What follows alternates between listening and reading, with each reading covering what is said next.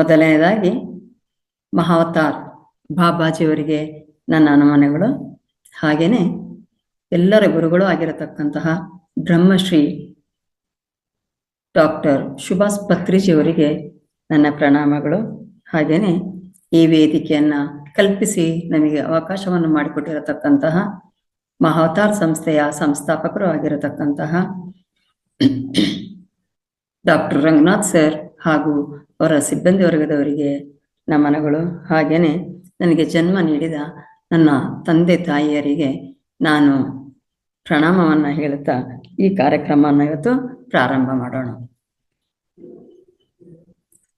ಮಹಾವತಾರ್ ಸಂಸ್ಥೆ ನಡೆಸ್ತಾ ಇರತಕ್ಕಂಥ ಧ್ಯಾನ ಹಾಗೂ ಸಮಗ್ರ ಸ್ವಾಸ್ಥ್ಯ ಕಾರ್ಯಕ್ರಮದ 2ನೆಯ ಮಂಡಲ 41 ದಿನಗಳ ಮಂಡಲ ಕಾರ್ಯಕ್ರಮದ 2ನೇ ಬ್ಯಾಚ್. ಈ ದಿನ ನಾವು ಈಗಾಗಲೇ 16ನೇ ದಿನಕ್ಕೆ ಕಾಲಿಟ್ಟಿದ್ದೇವೆ. ಈ ದಿನ ಎಲ್ಲರಿಗೂ ತಿಳಿದ ಹಾಗೆ ಶುಕ್ರವಾರ ಆದ ಕಾರಣ ನಾವು ಇಲ್ಲಿ ಸಮಗ್ರ ಜೀವನ ಶೈಲಿಯ ಬಗ್ಗೆ ಹೆಚ್ಚು ಒತ್ತು ಕೊಟ್ಟು ಈ ದಿನದ ಒಂದು ಸ್ವಾಧ್ಯಾಯ ಆಗಲಿ ಅಥವಾ ನಮಗೆ ಯಾವುದೋ ಒಂದು ಜೀವನದ ಶೈಲಿಯನ್ನ ಕಲ್ಪಿಸ್ಲಿಕ್ಕೆ ನಮ್ಮ ಉಪನ್ಯಾಸಕರು ಆಗಮಿಸಿದ್ದಾರೆ ಈಗಾಗಲೇ. ಈ ದಿನ ನಾವು ಮೊದಲನೆಯದಾಗಿ ನಮ್ಮ ಮನೆ ಮದ್ದು ಪ್ರವೀಣೆ, ನಮ್ಮ ಇದೇ ವೇದಿಕೆಯ ಮಾಸ್ಟರ್ ಆಗಿರತಕ್ಕಂತಹ ಶ್ರೀಮತಿ ಮಧುರಾ ಹೆಗಡೆ ಇವರನ್ನ ಆತ್ಮಪೂರ್ವಕವಾಗಿ ಈ ವೇದಿಕೆಯ ಪರವಾಗಿ ಹಾಗೂ ನಾನು ವೈಯಕ್ತಿಕವಾಗಿ ಹೃತ್ಪೂರ್ವಕವಾಗಿ ಸ್ವಾಗತಿಸುತ್ತೇನೆ. ಹಾಗೇನೆ ಇನ್ನು 2 ಮಾಸ್ಟರ್ಸ್, ಶ್ರೀಯುತ ವೆಂಕಟರಮಣ ಸರ್, ನಮಗೆ ನಾವೇ ನಮ್ಮ ದೇಹಕ್ಕೆ ಔಷಧಿಯನ್ನ ಮಾಡಿಕೊಳ್ಳತಕ್ಕಂತಹ ಮುದ್ರೆಯನ್ನ ಹೇಳಿಕೊಡಲು ಆಗಮಿಸಿದ್ದಾರೆ. ಇವರಿಗೂ ಸಹ ನಾನು ಈ ವೇದಿಕೆಯ ಪರವಾಗಿ ಹಾಗೂ ವೈಯಕ್ತಿಕವಾಗಿ ಹೃತ್ಪೂರ್ವಕ ಸ್ವಾಗತವನ್ನ ಕೋರುತ್ತೇನೆ. ಹಾಗೇನೆ ಶ್ರೀಮತಿ ಶೈಲಜಾ ಮೇಡಮ್ ಬಹುಶಃ ಬರಬೇಕು ಅಂತ ಅಂದ್ಕೊಂಡಿದ್ದೇನೆ. ಇವರು ಸಹ ಮುದ್ರೆಯನ್ನ ಹೇಳ್ಕೊಡಲು ಇವತ್ತು ಆಗಮಿಸಲಿದ್ದಾರೆ. ಇವರಿಗೂ ಸಹ ಈ ವೇದಿಕೆಯ ಪರವಾಗಿ ಹಾಗೂ ವೈಯಕ್ತಿಕವಾಗಿ ಹೃತ್ಪೂರ್ವಕ ಸ್ವಾಗತವನ್ನ ಕೋರುತ್ತೇನೆ. ಮೊದಲನೆಯದಾಗಿ ಶ್ರೀಮತಿ ಮಧುರಾ ಹೆಗಡೆಯವರು ಮನೆ ಮದ್ದಿಗೆ ಸಂಬಂಧಪಟ್ಟಂತೆ ಸ್ವಾಧ್ಯಾಯವನ್ನ ನೀಡಬೇಕು ಅಂತ ಕೇಳ್ಕೊಳ್ತೇನೆ. ಈಗಾಗಲೇ ಇವರು ಪ್ರತಿ ಶುಕ್ರವಾರ ನಮಗೆ ಮನೆ ಮದ್ದನ್ನು ಕಲ್ಪಿಸಿಕೊಡುವುದಲ್ಲದೆ ಇತರ ಉಪನ್ಯಾಸವನ್ನು ಸಹ ನೀಡಿ ಎಲ್ಲರಿಗೂ ಸಹ ಚಿರಪರಿಚಿತರಾಗಿದ್ದಾರೆ. ಇವರಿಗೆ ನಾನು ಮತ್ತೊಮ್ಮೆ ಸ್ವಾಗತವನ್ನ ಕೋರುತ್ತಾ ತಮ್ಮ ಜ್ಞಾನ ಹಂಚಿಕೆಯನ್ನ ನೀಡಬೇಕಾಗಿ ಕೇಳ್ಕೊಳ್ತೇನೆ. Over to you ma'am. Welcome to you ma'am. Thank you so much Revathi madam. Thank you. ಎಲ್ಲ ಆತ್ಮ ಬಂಧುಗಳಿಗೂ ನಮಸ್ಕಾರ. ಹಾಗೆ ಪತ್ರಿಜಿ ಗುರುಗಳಿಗೆ ಹಾಗೂ ಮಹಾವತಾರ್ ಫೌಂಡೇಶನ್ ನ ರಂಗನಾಥ್ ಸರ್ ಅವರಿಗೂ ಹಾಗೂ ಇಲ್ಲಿ ಕುಳಿತಿರ್ತಕ್ಕಂಥ ಎಲ್ಲ ನನ್ನ ಆತ್ಮ ಬಂಧುಗಳಿಗೂ ಮತ್ತೊಮ್ಮೆ ನಮಸ್ಕಾರಗಳನ್ನು ತಿಳಿಸುತ್ತಾ ಇವತ್ತಿನ ಒಂದು ಉಪನ್ಯಾಸ ಅಥವಾ ಸಮಗ್ರ ಜೀವನ ಶೈಲಿ ಅಂತ ಹೇಳ್ಬೋದು, ಆ ಕಾರ್ಯಕ್ರಮವನ್ನು ಮುಂದುವರಿಸ್ತೇನೆ. ಮಾಸ್ಟರ್ಸ್, ಆತ್ಮೀಯರೇ, ನಾನು ಇವತ್ತು ಆರಿಸಿಕೊಂಡಿರುವಂತ ಒಂದು ಟಾಪಿಕ್ ಅಂದ್ರೆ ವಾತ ಪಿತ್ತ ಕಫ. ಆಯುರ್ವೇದದ ಹೃದಯ ಅಂತಾನೆ ನಾವು ಕರಿತೀವಿ ವಾತ ಪಿತ್ತ ಕಫಕ್ಕೆ. ಅದ್ರ ಬಗ್ಗೆ ನಾನು ಸ್ವಲ್ಪ ಅಂದ್ರೆ ಚಿಕ್ಕದಾಗಿ ಮಾಹಿತಿ ಕೊಡ್ತೀನಿ. ಮುಂದಿನ ಒಂದು ಭಾಗ ಅಂದ್ರೆ ಮುಂದಿನ ಒಂದು ಕ್ಲಾಸ್ ಅಲ್ಲಿ ಮತ್ತೆ ಅದ್ರ ಕಂಟಿನ್ಯೂ ಭಾಗವನ್ನು ಕೊಡ್ತೀನಿ. ಯಾಕಂದ್ರೆ ಇದೊಂದು ದೊಡ್ಡ ಟಾಪಿಕ್. ಇದು ತುಂಬಾ ಚಿಕ್ಕ ಸಮಯದಲ್ಲಿ ಹೇಳಲಿಕ್ಕೆ ಆಗಲ್ಲ. ಅತ್ಯಂತ ಕಡಿಮೆ ಸಮಯದಲ್ಲಿ ಅಂದ್ರೆ ಸ್ವಲ್ಪ ಮಟ್ಟಿಗೆ ಇವತ್ತಿನ ಒಂದು ವಾತ ಪಿತ್ತ ಕಫದ ಬಗ್ಗೆ ತಿಳಿಸ್ಕೊಡ್ತೀನಿ. ಅಂದ್ರೆ ಮಾನವ ದೇಹವು ಪ್ರಕೃತಿಯ ಒಂದು 5 ತತ್ವಗಳಿಂದ ಸಂಯೋಜನೆಗೊಂಡಿದೆ ಅಂತ ಹೇಳ್ತೀವಿ. ಅಂದ್ರೆ ಜೋಡಣೆಯೊಂದಿಗೆ ಹೊಂದಿದೆ. ಅದೆಲ್ಲದು ಗೊತ್ತು ನಿಮ್ಗೆ ಯಾವ್ಯಾವ್ದು ಅಂದ್ರೆ ಭೂಮಿ, ಜಲ, ಅಗ್ನಿ, ವಾಯು, ಆಕಾಶ. ಅದ್ರ ಜೊತೆಗೆ ಸಂಯೋಜನೆಗೊಂಡಿರುತ್ತೆ ಆ ತತ್ವಗಳ ಜೊತೆಗೆ. ಅದಕ್ಕೆ ಆಯುರ್ವೇದದಲ್ಲಿ ಹೇಳುದಂದ್ರೆ ಆರೋಗ್ಯವೆಂದರೆ ಕೇವಲ ರೋಗದ ಅಭಾವವಲ್ಲ, ಅದು ದೇಹ, ಮನಸ್ಸು ಮತ್ತು ಆತ್ಮದ ಸಮತೋಲನ ಅಂತ ಕರೀತಾರೆ. ಈ ಸಮತೋಲನವನ್ನು ಕಾಯ್ದುಕೊಳ್ಳುವ ಶಕ್ತಿಗಳೇ ವಾತ, ಪಿತ್ತ, ಕಫ. ಇವುಗಳನ್ನು ಆಯುರ್ವೇದದಲ್ಲಿ ತ್ರಿದೋಷಗಳು ಅಂತ ಕರೀತಾರೆ. ನಮ್ಮ ದೇಹ ಹೇಗೆ ಗಾಳಿ, ನೀರು, ಅಗ್ನಿ, ಭೂಮಿ, ಆಕಾಶ ತತ್ವಗಳಿಂದ ಕೂಡಿದೆಯೋ ಅದೇ ರೀತಿ 3 ದೋಷಗಳ ಸಂಯೋಗದಿಂದಲೇ ನಮ್ಮ ದೇಹ ಕಾರ್ಯನಿರ್ವಹಿಸುತ್ತೆ ಅಂತ ಹೇಳ್ತಾರೆ ಆಯುರ್ವೇದದಲ್ಲಿ. ಆಯುರ್ವೇದದಲ್ಲಿ ಈ 3 ಇರ್ಲೇಬೇಕು ಅಂತ ಇದೆ. ಅಂದ್ರೆ ವಾತ, ಪಿತ್ತ, ಕಫ. ಅವು ಇಲ್ಲ ಅಂದ್ರೆ ನಮ್ಮ ಚಲನೆ ಅಥವಾ ನಮ್ಮ ಆರೋಗ್ಯದಲ್ಲಿ ಏರುಪೇರಾಗುತ್ತೆ ಅಂತ ಹೇಳ್ತಾರೆ. ಅಂದ್ರೆ 3 ಬ್ಯಾಲೆನ್ಸ್ ಮಾಡ್ಕೋಬೇಕು, ಅವಾಗ ನಮ್ಮ ಆರೋಗ್ಯ ಚೆನ್ನಾಗಿರುತ್ತೆ ಅಂತ ಆಯುರ್ವೇದದಲ್ಲಿ ಹೇಳ್ತಾರೆ. ಅದಕ್ಕೆ ಆಯುರ್ವೇದದ ಹೃದಯ ಅಂತಾನೆ ನಮ್ಗೆ ವಾತ, ಪಿತ್ತ, ಕಫವನ್ನು ಕರೀತಾರೆ. ಹಾಗಾದ್ರೆ ನಾವು ಈಗ ಅಂದ್ರೆ ದೇಹವೇ ಒಂದು ದೇವಾಲಯ ಅಂತ ಇರ್ತೀವಿ. ದೇಹದ ಸಮತೋಲನವೇ ಆರಾಧನೆ, ನಿಜವಾದ ಆರಾಧನೆ. ಅದರಲ್ಲಿ ವಾತ, ಪಿತ್ತ, ಕಫ ಇವು 3 ತಂತಿಗಳು ಅಂತ ಹೇಳ್ತೀವಿ. ಅಂದ್ರೆ ಅವು 3 ತಂತಿಗಳು ಅಂದ್ರೆ ಹೊಂದಿದಾಗ ಜೀವನವೆಂಬ ವೀಣೆ ಮಧುರವಾಗಿ ಸರಿಯಾಗಿ ಹೋಗುತ್ತೆ. ಅಂದ್ರೆ 3 ಕರೆಕ್ಟ್ ಇದ್ದಾಗ ಮಾತ್ರ ವಾತ, ಪಿತ್ತ, ಕಫ ನಮ್ಮ ಜೀವನ ಸರಿಯಾಗಿ ಹೋಗುತ್ತೆ. ಅಂದ್ರೆ ಯಾವುದೇ ಒಂದು ರೋಗ ಬರಲ್ಲ, ಅಂದ್ರೆ ಬ್ಯಾಲೆನ್ಸ್ ಆಗುತ್ತೆ ಅಂತ ಹೇಳ್ತಾರೆ. ಹಾಗಾದ್ರೆ ನಾವು ಇವತ್ತು ವಾತದ ಒಂದು ಮಹತ್ವವನ್ನು ನೋಡೋಣ. ವಾತದ ಕೆಲಸ ಏನು, ಅದು ವಾತ ಹೇಗಿರುತ್ತೆ, ವಾತ ಪ್ರಕೃತಿಯವರು ಹೇಗೆ ಅಂತ ನೋಡೋಣ. ವಾತ ಅಂದ್ರೆ ಚಲನೆ ಅಂತ ಹೇಳ್ತೀವಿ. ಅಂದ್ರೆ ಇದು ಆಕಾಶ ಮತ್ತು ವಾಯು ತತ್ವಗಳಿಂದ ಉಂಟಾಗುತ್ತೆ ವಾತ ಯಾವಾಗಲೂ. ಅಂದ್ರೆ ಇದ್ರದ್ದು ಗುಣ ಏನಾಗಿರುತ್ತೆ ಅಂದ್ರೆ ಬಣ ಅಂದ್ರೆ ಹಗುರವಾಗಿರುತ್ತೆ, ಚುರುಕು, ಮತ್ತೆ ಚಲಿಸುವ ತಂಪು ಅಂತ ನಿಮ್ಗೆಲ್ಲ ಗೊತ್ತು. ಅಂದ್ರೆ ಆಕಾಶ ತತ್ವ ಮತ್ತು ವಾಯು ತತ್ವಗಳು ಗುಣ ಹೇಗಿರುತ್ತೆ ಅಂತ ಅದೇ ರೀತಿ ಇದ್ರ ಗುಣ ಇರುತ್ತೆ ಅಂತ ಹೇಳ್ತಾರೆ. ನಾವು ಉಸಿರಾಡುವಾಗ, ಹೃದಯ ಬಡಿತವಾಗುವಾಗ, ನರಗಳ ಸಂದೇಶ ಸಾಗಿಸುವಾಗ ಎಲ್ಲದರ ಹಿಂದೆ ವಾತದ ಶಕ್ತಿ ಇದೆ ಅಂತ ಹೇಳ್ತಾರೆ. ಆವಾಗ ಹಾಗಾದ್ರೆ ವಾತ ಅಸಮತೋಲ ಆದಾಗ ಏನಾಗುತ್ತೆ? ಒಣ ಚರ್ಮ ಬರುತ್ತೆ, ಸಂಧಿ ನೋವು ಬರುತ್ತೆ, ಕೀಲು ನೋವು ಬರುತ್ತೆ, ವಾತ ಕಸ ಅಂತ ಹೇಳ್ತೀವಿ ನಾವು, ಅದು ಬರುತ್ತೆ, ನಿದ್ರಾಹೀನತೆ ಸಮಸ್ಯೆ ಕಾಡುತ್ತೆ, ಆತಂಕ, ಇವು ಚಿಂತೆ, ಮಲಬದ್ಧತೆ ಇವು ಸಾಮಾನ್ಯ ಲಕ್ಷಣಗಳು ಅಂತ ಹೇಳ್ತೀನಿ. ಹಾಗಾದ್ರೆ ಅದರಲ್ಲಿ ನಾವು ಆಹಾರಗಳನ್ನು ಯಾವ ತರ, ಆದ್ದರಿಂದ ನಾವು ವಾತ ಪ್ರಕೃತಿ ಯಾವಾಗ್ಲೂ ಬಿಸಿಯಾದ ಆಹಾರ ಅಂದ್ರೆ ತೈಲಯುಕ್ತ ಅಂದ್ರೆ ಪೌಷ್ಟಿಕವಾದ ಆಹಾರವನ್ನು ತಿನ್ಲೇಬೇಕು ಅಂತ ಹೇಳ್ತಾರೆ. ಹಾಗಾದ್ರೆ ಬಿಸಿ ಆಹಾರ ಅಂದ್ರೆ ಅದ್ರಲ್ಲಿ ಹಾಲು, ತುಪ್ಪ ಇರ್ಬೋದು, ಎಣ್ಣೆ, ಬಾಳೆಹಣ್ಣು, ಮಾವು, ಸೀತಾಫಲ, ದ್ರಾಕ್ಷಿ, ಬಿಸಿ ನೀರು, ಬಿಸಿ ಕಷಾಯ ಈ ತರದೆಲ್ಲ ನಾವು ಸೇವನೆ ಮಾಡ್ಬೇಕು ಅಂತ ಹೇಳ್ತಾರೆ. ಅಂದ್ರೆ ಇದು ವಾತದ ಸಮತೋಲನವೇ ಚೈತನ್ಯ ಮತ್ತು ಚುರುಕುತನದ ಮೂಲ ಅಂತ ಹೇಳ್ತೀವಿ. ನಾವು ಹೆಚ್ಚಾಗಿ ಇದ್ರಲ್ಲಿ ಏನ್ ತಪ್ಪಿಸ್ಬೇಕು ಆಹಾರದಲ್ಲಿ ಅಂದ್ರೆ ತಂಪು ಆಹಾರ, ಹೆಚ್ಚು ಉಪವಾಸ ಮಾಡೋದ್ರಿಂದ, ಹುರಿದ ಆಹಾರ ಅಂದ್ರೆ ಬೇಕರಿ ಐಟಮ್, ಬೇಕಡ್ ಮಾಡೋದು ಫುಡ್ ಇರುತ್ತೆ, ಅದು ತಿನ್ನೋದ್ರಿಂದ ನಮ್ಗೆ ಅಸಮತೋಲನ ಆಗುತ್ತೆ ಅಂತ ಹೇಳ್ತಾರೆ. ಅದೇ ರೀತಿ ಪಿತ್ತದ ಒಂದು ಮಹತ್ವ ನೋಡೋಣ. ಪಿತ್ತ ಅಂದ್ರೆ ಅಗ್ನಿ ಮತ್ತು ಜಲದ ಸಂಯೋಜನೆಯಿಂದ ಪಿತ್ತ ಬರುತ್ತೆ ಅಂತ ಹೇಳ್ತಾರೆ. ಅದ್ರ ಗುಣ ಏನು? ಪಿತ್ತದ ಗುಣ, ಅಗ್ನಿ ಅಂದ್ರೆ ಗೊತ್ತು, ಜಲ ಅಂದ್ರೆ ಗೊತ್ತು.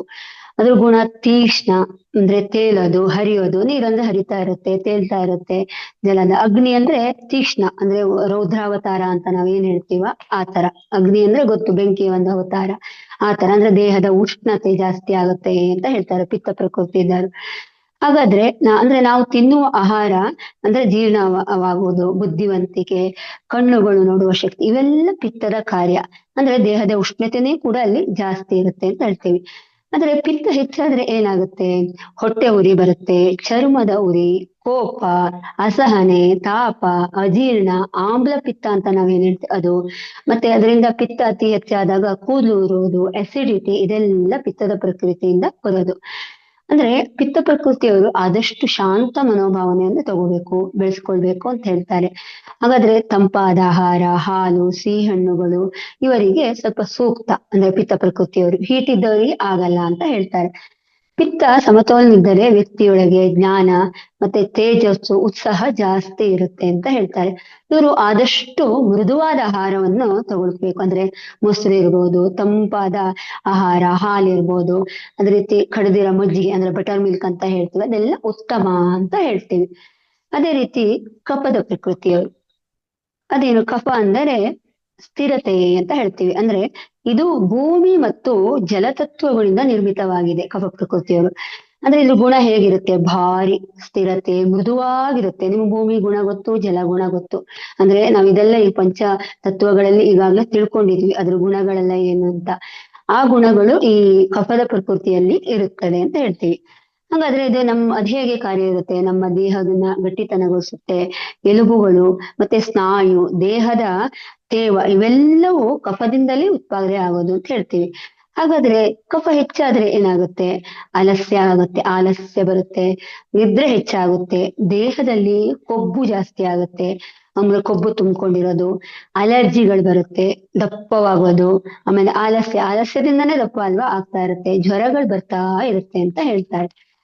ಅದಕ್ಕಾಗಿ ಅಂದ್ರೆ ಕಫದ ಪ್ರಕೃತಿಯವರು ಆದಷ್ಟು ಅಂದ್ರೆ ಮೃದುವಾದ ಆಹಾರವನ್ನೇ ತೆಗೆದುಕೊಳ್ಬೇಕು. ಅಂದ್ರೆ ಕಫ ಆಗುವಂತ ಆಹಾರಗಳನ್ನು ಯಾವುದು ಸೇವಿಸಬಾರ್ದು. ಈಗ ಮೊಸರು ತಗೊಳ್ಬಾರ್ದು ಅಂತ ಹೇಳ್ತಾರೆ, ಯಾಕಂದ್ರೆ ಮೊಸರು ಅದಕ್ಕೆ ವಿರುದ್ಧವಾಗುತ್ತೆ, ಕಫ ಜಾಸ್ತಿ ಆಗುತ್ತೆ ಅಂತ ಹೇಳ್ತಾರೆ.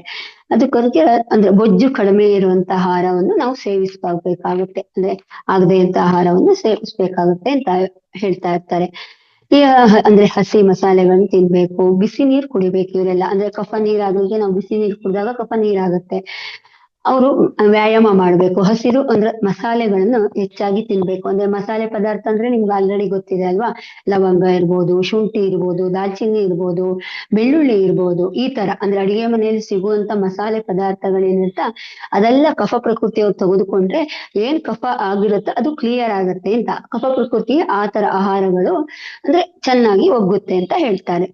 ಅಂದ್ರೆ ಆ ಕಫ ಮತ್ತು ಅಸಮತೋಲನದಲ್ಲಿದ್ದಾರೆ, ಅಂದ್ರೆ ಸಮತೋಲನದಲ್ಲಿದ್ದಾರೆ ಆ ವ್ಯಕ್ತಿ ಯಾವಾಗ್ಲೂ ಶಾಂತಿಯಿಂದ ಇರ್ತಾನೆ, ದಯೆಯಿಂದ, ಬಲ ಅಂದ್ರೆ ಅವನಲ್ಲಿ ಶಕ್ತಿ ಚೆನ್ನಾಗಿರುತ್ತೆ ಅಂತ ಹೇಳ್ತಾರೆ.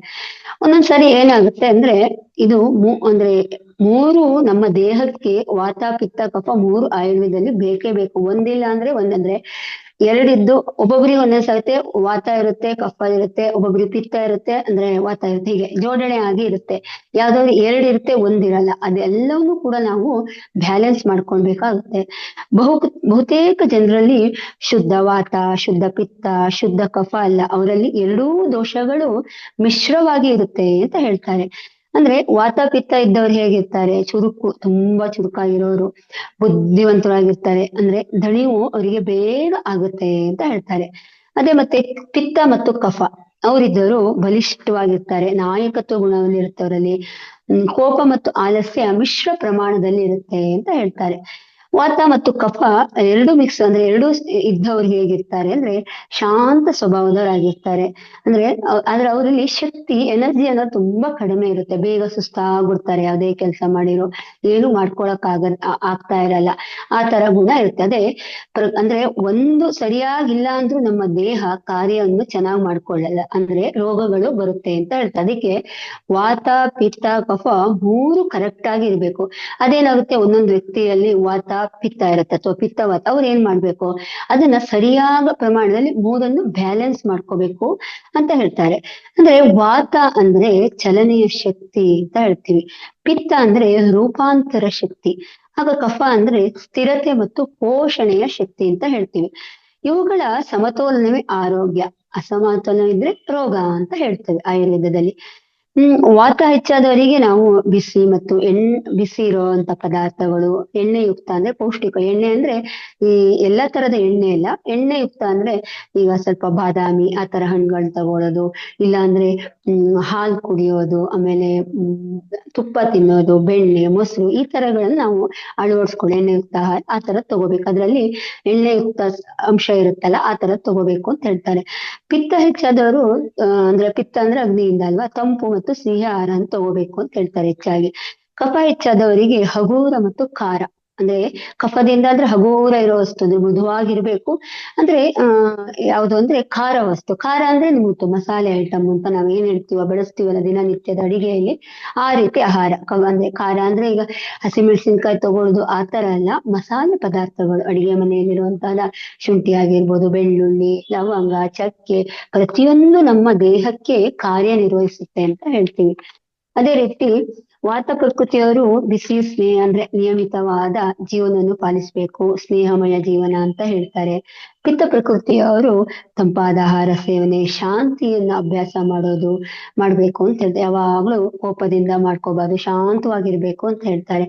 ಕಫ ಪ್ರಕೃತಿಯವರು ವ್ಯಾಯಾಮ ಮಾಡ್ಬೇಕು, ಚುರುಕುತನ ಅಂದ್ರೆ ಸ್ವಲ್ಪ ಅಂದ್ರೆ ಎಲ್ಲದರಲ್ಲೂ ಫಾಸ್ಟ್ ಆಗಿ ಇರುವಂತದ್ದು ಅಭ್ಯಾಸ ಆಲಸ್ಯತನ ಬೆಳೆಸ್ಕೋಬಾರ್ದು ಅಂತ ಹೇಳ್ತಾರೆ.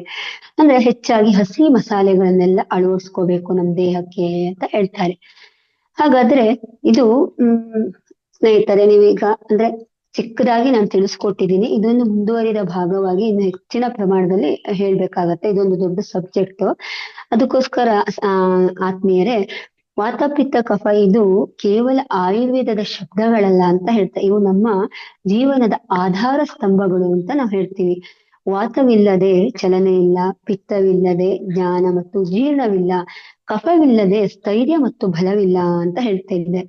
ಅದಕ್ಕಾಗಿ ನಾವೇನ್ ಮಾಡ್ಬೇಕು ಅಂದ್ರೆ, ಅದರಿಂದ ತ್ರಿದೋಷಗಳನ್ನು ನಾವು ಸರಿಯಾಗಿ ಅರ್ಥ ಮಾಡ್ಕೋಬೇಕು. ಅಂದ್ರೆ ನಮ್ಮ ದೇಹಕ್ಕೆ, ನಮ್ಮ ದೇಹದಲ್ಲಿ ಯಾವುದು ಪ್ರಮಾಣ ಜಾಸ್ತಿ ಇದೆ, ಯಾವುದು ಕಡಿಮೆ ಇದೆ, ನಾವು ಯಾವುದನ್ನ ಸರಿ ಮಾಡ್ಕೋಬೇಕು, ನಮ್ಮ ಆಹಾರ ಶೈಲಿಯಿಂದ ಅಥವಾ ಜೀವನ ಶೈಲಿಯಿಂದ ಯಾವ ಪ್ರಕೃತಿ ಇದ್ದು ಯಾವ ಪ್ರಕೃತಿಗೆ ಚೇಂಜ್ ಮಾಡ್ಕೋಬೇಕು ಅಂತಿದ್ದಾಗ ನಮ್ಮ ಜೀವನ ಶೈಲಿ ಅಥವಾ ಆಹಾರ ಶೈಲಿ ಅಥವಾ ನಮ್ಮ ಆರೋಗ್ಯ ಚೆನ್ನಾಗಿರುತ್ತೆ ಅಂತ ಹೇಳ್ತಾರೆ.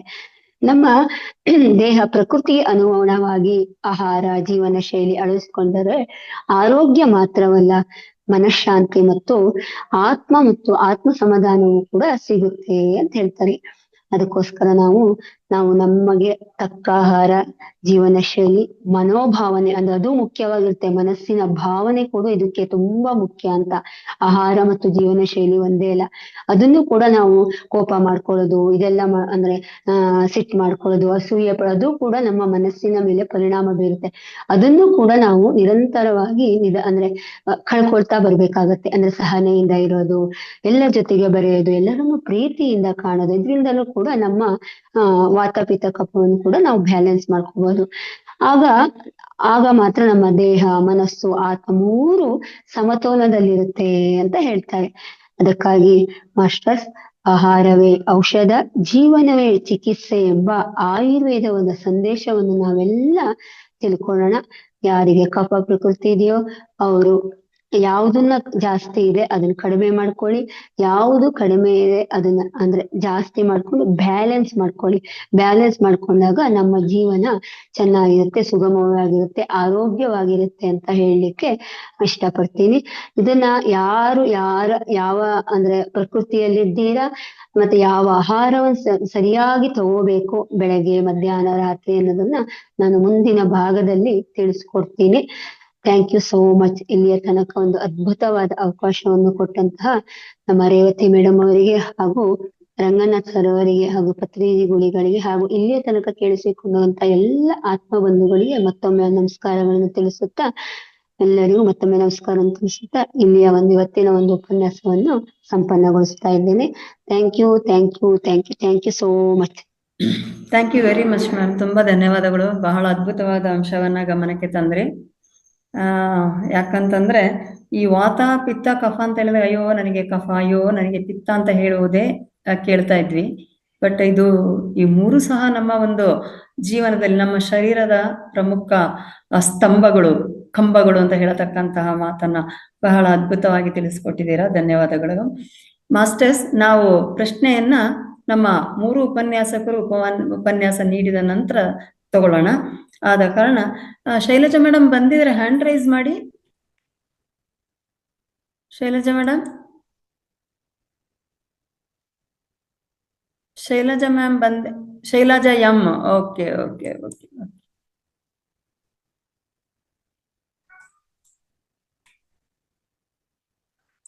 Okay ma'am. So Venkataramana sir, ಎರಡನೆಯ ಅವಕಾಶ ತಮಗೆ ಕೊಡೋಣ. ವೆಂಕಟರಮಣ ಸರ್ ಅವರು ನಾ ಹಿಂದೆನೆ ಹೇಳ್ತಾನೆ, ಪ್ರತಿ ಬಾರಿನೂ ಸಹ ನಮಗೆ ಬೆಳಿಗ್ಗೆ 5 ಗಂಟೆಯಿಂದನೇ ಯೋಗವನ್ನ ಮಾಡಿಸುವುದರಿಂದ ಹಿಡಿದು 11 ಗಂಟೆ 11:30 ಆ ಸಮಯದಲ್ಲಿ ದೀರ್ಘವಾದ ಧ್ಯಾನವನ್ನ ಮಾಡಿಸತಕ್ಕಂಥದ್ದನ್ನ ಸೇರಿ ಎಲ್ಲ ಕಾರ್ಯಕ್ರಮಗಳ ಜೊತೆಗೆ ಸಾಮಾನ್ಯವಾದ ಮಾತ್ರ ಅಲ್ಲ, ಬಹಳ ಅದ್ಭುತವಾದ ಸ್ವಾಧ್ಯಾಯವನ್ನು ಸಹ ಮಾಡತಕ್ಕಂಥ ಮಾಸ್ಟರ್ ಆಗಿದ್ದಾರೆ. ಇವರಿಗೆ ನಾನು ಈ ವೇದಿಕೆಯ ಪರವಾಗಿ ಹಾಗೂ ವೈಯಕ್ತಿಕವಾಗಿ ಹೃತ್ಪೂರ್ವಕ ಸ್ವಾಗತವನ್ನ ಬಯಸಿ ತಮ್ಮ ಮುದ್ರೆಯನ್ನ ನಮ್ಗೆಲ್ರಿಗೂ ಕಳಿಸ್ಕೊಡ್ಬೇಕು, ತಮ್ಮ ಜ್ಞಾನವನ್ನ ಹಂಚ್ಕೋಬೇಕು ಅಂತ ಕೇಳ್ತಾ ಇದ್ದೇನೆ madam. Oh sir, thank you. Over to you sir. Unmute ಮಾಡ್ಕೊಳ್ಳಿ ಸರ್. ಮಾತಾಡಿ. ಎಲ್ಲ ಆತ್ಮಬಂಧುಗಳಿಗೂ ನಮಸ್ತೆ. ಮಹಾವತಾರ್ ಫೌಂಡೇಶನ್ ಸಂಸ್ಥಾಪಕರಾದಂತ ರಂಗನಾಥ್ ಗುರುಜಿಗಳಿಗೂ ಪ್ರಕೃತಿ ಮಾತೆಗೂ ಪತ್ರಿಜಿ ಗುರುಗಳಿಗೂ ಹಾಗೂ ನಮ್ಮ ಜನ್ಮದಾತರಿಗೂ ಮನಸ್ಪೂರ್ವಕ ವಂದನೆಗಳನ್ನು ಸಲ್ಲಿಸುತ್ತಾ ಈ ಒಂದು ಅವಕಾಶ ಕೊಟ್ಟಂತ ತಮ್ಮಗಳಿಗೆ ವಂದಿಸುತ್ತಾ ಈ ಒಂದು ಸಣ್ಣ ಕಾರ್ಯಕ್ರಮ ನನಗೆ ಹೇಳಿದಕ್ಕೆ ತಮಗೆ ಧನ್ಯವಾದಗಳು ಹೇಳ್ತಾ ಈ ಕಾರ್ಯಕ್ರಮನ ಪ್ರಾರಂಭ ಮಾಡ್ತಾ ಇದ್ದೇನೆ. ಮಿತ್ರರೇ, ನನ್ಗೆ ಇವತ್ತು ಅವರು ಕಾಲಾವಕಾಶ ಕೊಟ್ಟಿದ್ದಕ್ಕೆ ಒಂದು ಮುದ್ರೆನ ತಿಳಿಸಿ ಅಂತ ಹೇಳಿದ್ದಾರೆ. ಆ ಒಂದು ಮುದ್ರೆನ ಅವಶ್ಯಕತೆ ಇರುವಂತ ಒಂದು ಮುದ್ರೆಯನ್ನ ತಮ್ಗೆ ತಿಳಿಸ್ಕೊಡಕ್ಕೆ ಪ್ರಯತ್ನ ಮಾಡ್ತಾ ಇದೀನಿ. ಇದು ತುಂಬಾ ಸಾಮಾನ್ಯವಾದ ಮುದ್ರೆ, ಎಲ್ಲರಿಗೂ ಪರಿಚಯವಾಗಿರುವಂತ ಮುದ್ರೆ. ಈಗಾಗಲೇ ನಮ್ಮ ಗುರುಗಳು ಅನೇಕ ಬಾರಿ ತಿಳಿಸಿರುವಂತ ಮುದ್ರೆ ವ್ಯಾನ ಮುದ್ರೆ ಅಂತ. ಇದನ್ನ ಕುಬೇರ ಮುದ್ರೆ ಅಂತಾನು ನಾವು ಕರಿತೀವಿ. ತುಂಬಾ ಅದ್ಭುತವಾದಂತ ಮುದ್ರೆ ಕುಬೇರ ಮುದ್ರೆ.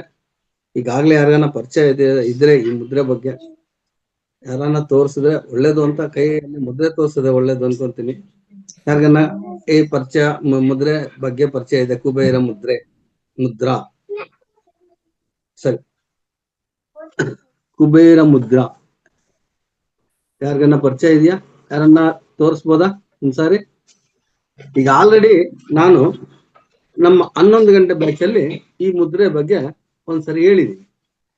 ಅದಕ್ಕೆ ಈಗ ಯಾರಾದ್ರೂ ಹೇಳ್ತಾರ? ನಮ್ಮ 11 ಗಂಟೆ ಬ್ಯಾಚ್ ಅಲ್ಲಿ ಇರೋರು ಇದ್ದಾರೆ, ಅದಕ್ಕೆ ಏನ ಹ್ಯಾಂಡ್ ರೈಸ್ ಮಾಡ್ತಾರೇನು ಅಂತ ನೋಡ್ತಾ ಇದ್ದೀನಿ. ಓಕೆ ಮೇಡಮ್, ಧನ್ಯವಾದಗಳು. ಈಗ ಹೇಳ್ತೀನಿ, ಈ ನಮ್ಮ ಕೈಯಲ್ಲಿರುವಂತ ಈ ಬೆರಳುಗಳಲ್ಲಿ ಈ ಕುಬೇರ ಮುದ್ರೆ ಯಾವ ರೀತಿ ಮಾಡಬೇಕು? ವಾಯು ತತ್ವ ಹೊಂದಿರುವಂತ ಈ ಇಂಡೆಕ್ಸ್ ಫಿಂಗರ್, ಆಕಾಶ ತತ್ವ ಹೊಂದಿರುವಂತ ಈ ಮಿಡಲ್ ಫಿಂಗರ್, ಜೊತೆಗೆ ಅಗ್ನಿ ತತ್ವ ಹೊಂದಿರುವಂತ ಈ ಹೆಬ್ಬೆರಳು, ಈ ಮೂರನ್ನು ಸ್ಮೂತ್ ಆಗಿ ಈ ರೀತಿ ಟಚ್ ಮಾಡಬೇಕು. ಮಿಕ್ಕಿ ಉಳಿದಿರುವಂತ ನಮ್ಮ ಬೆರಳುಗಳನ್ನ ನೇರವಾಗಿ ಇಟ್ಬೇಕು.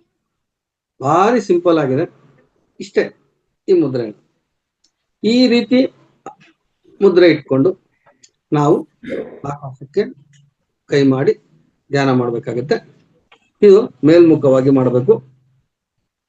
2 ಹಸ್ತಗಳಿಂದಾನು ಮಾಡುವಂತ ಮುದ್ರೆನಾಗಿದೆ.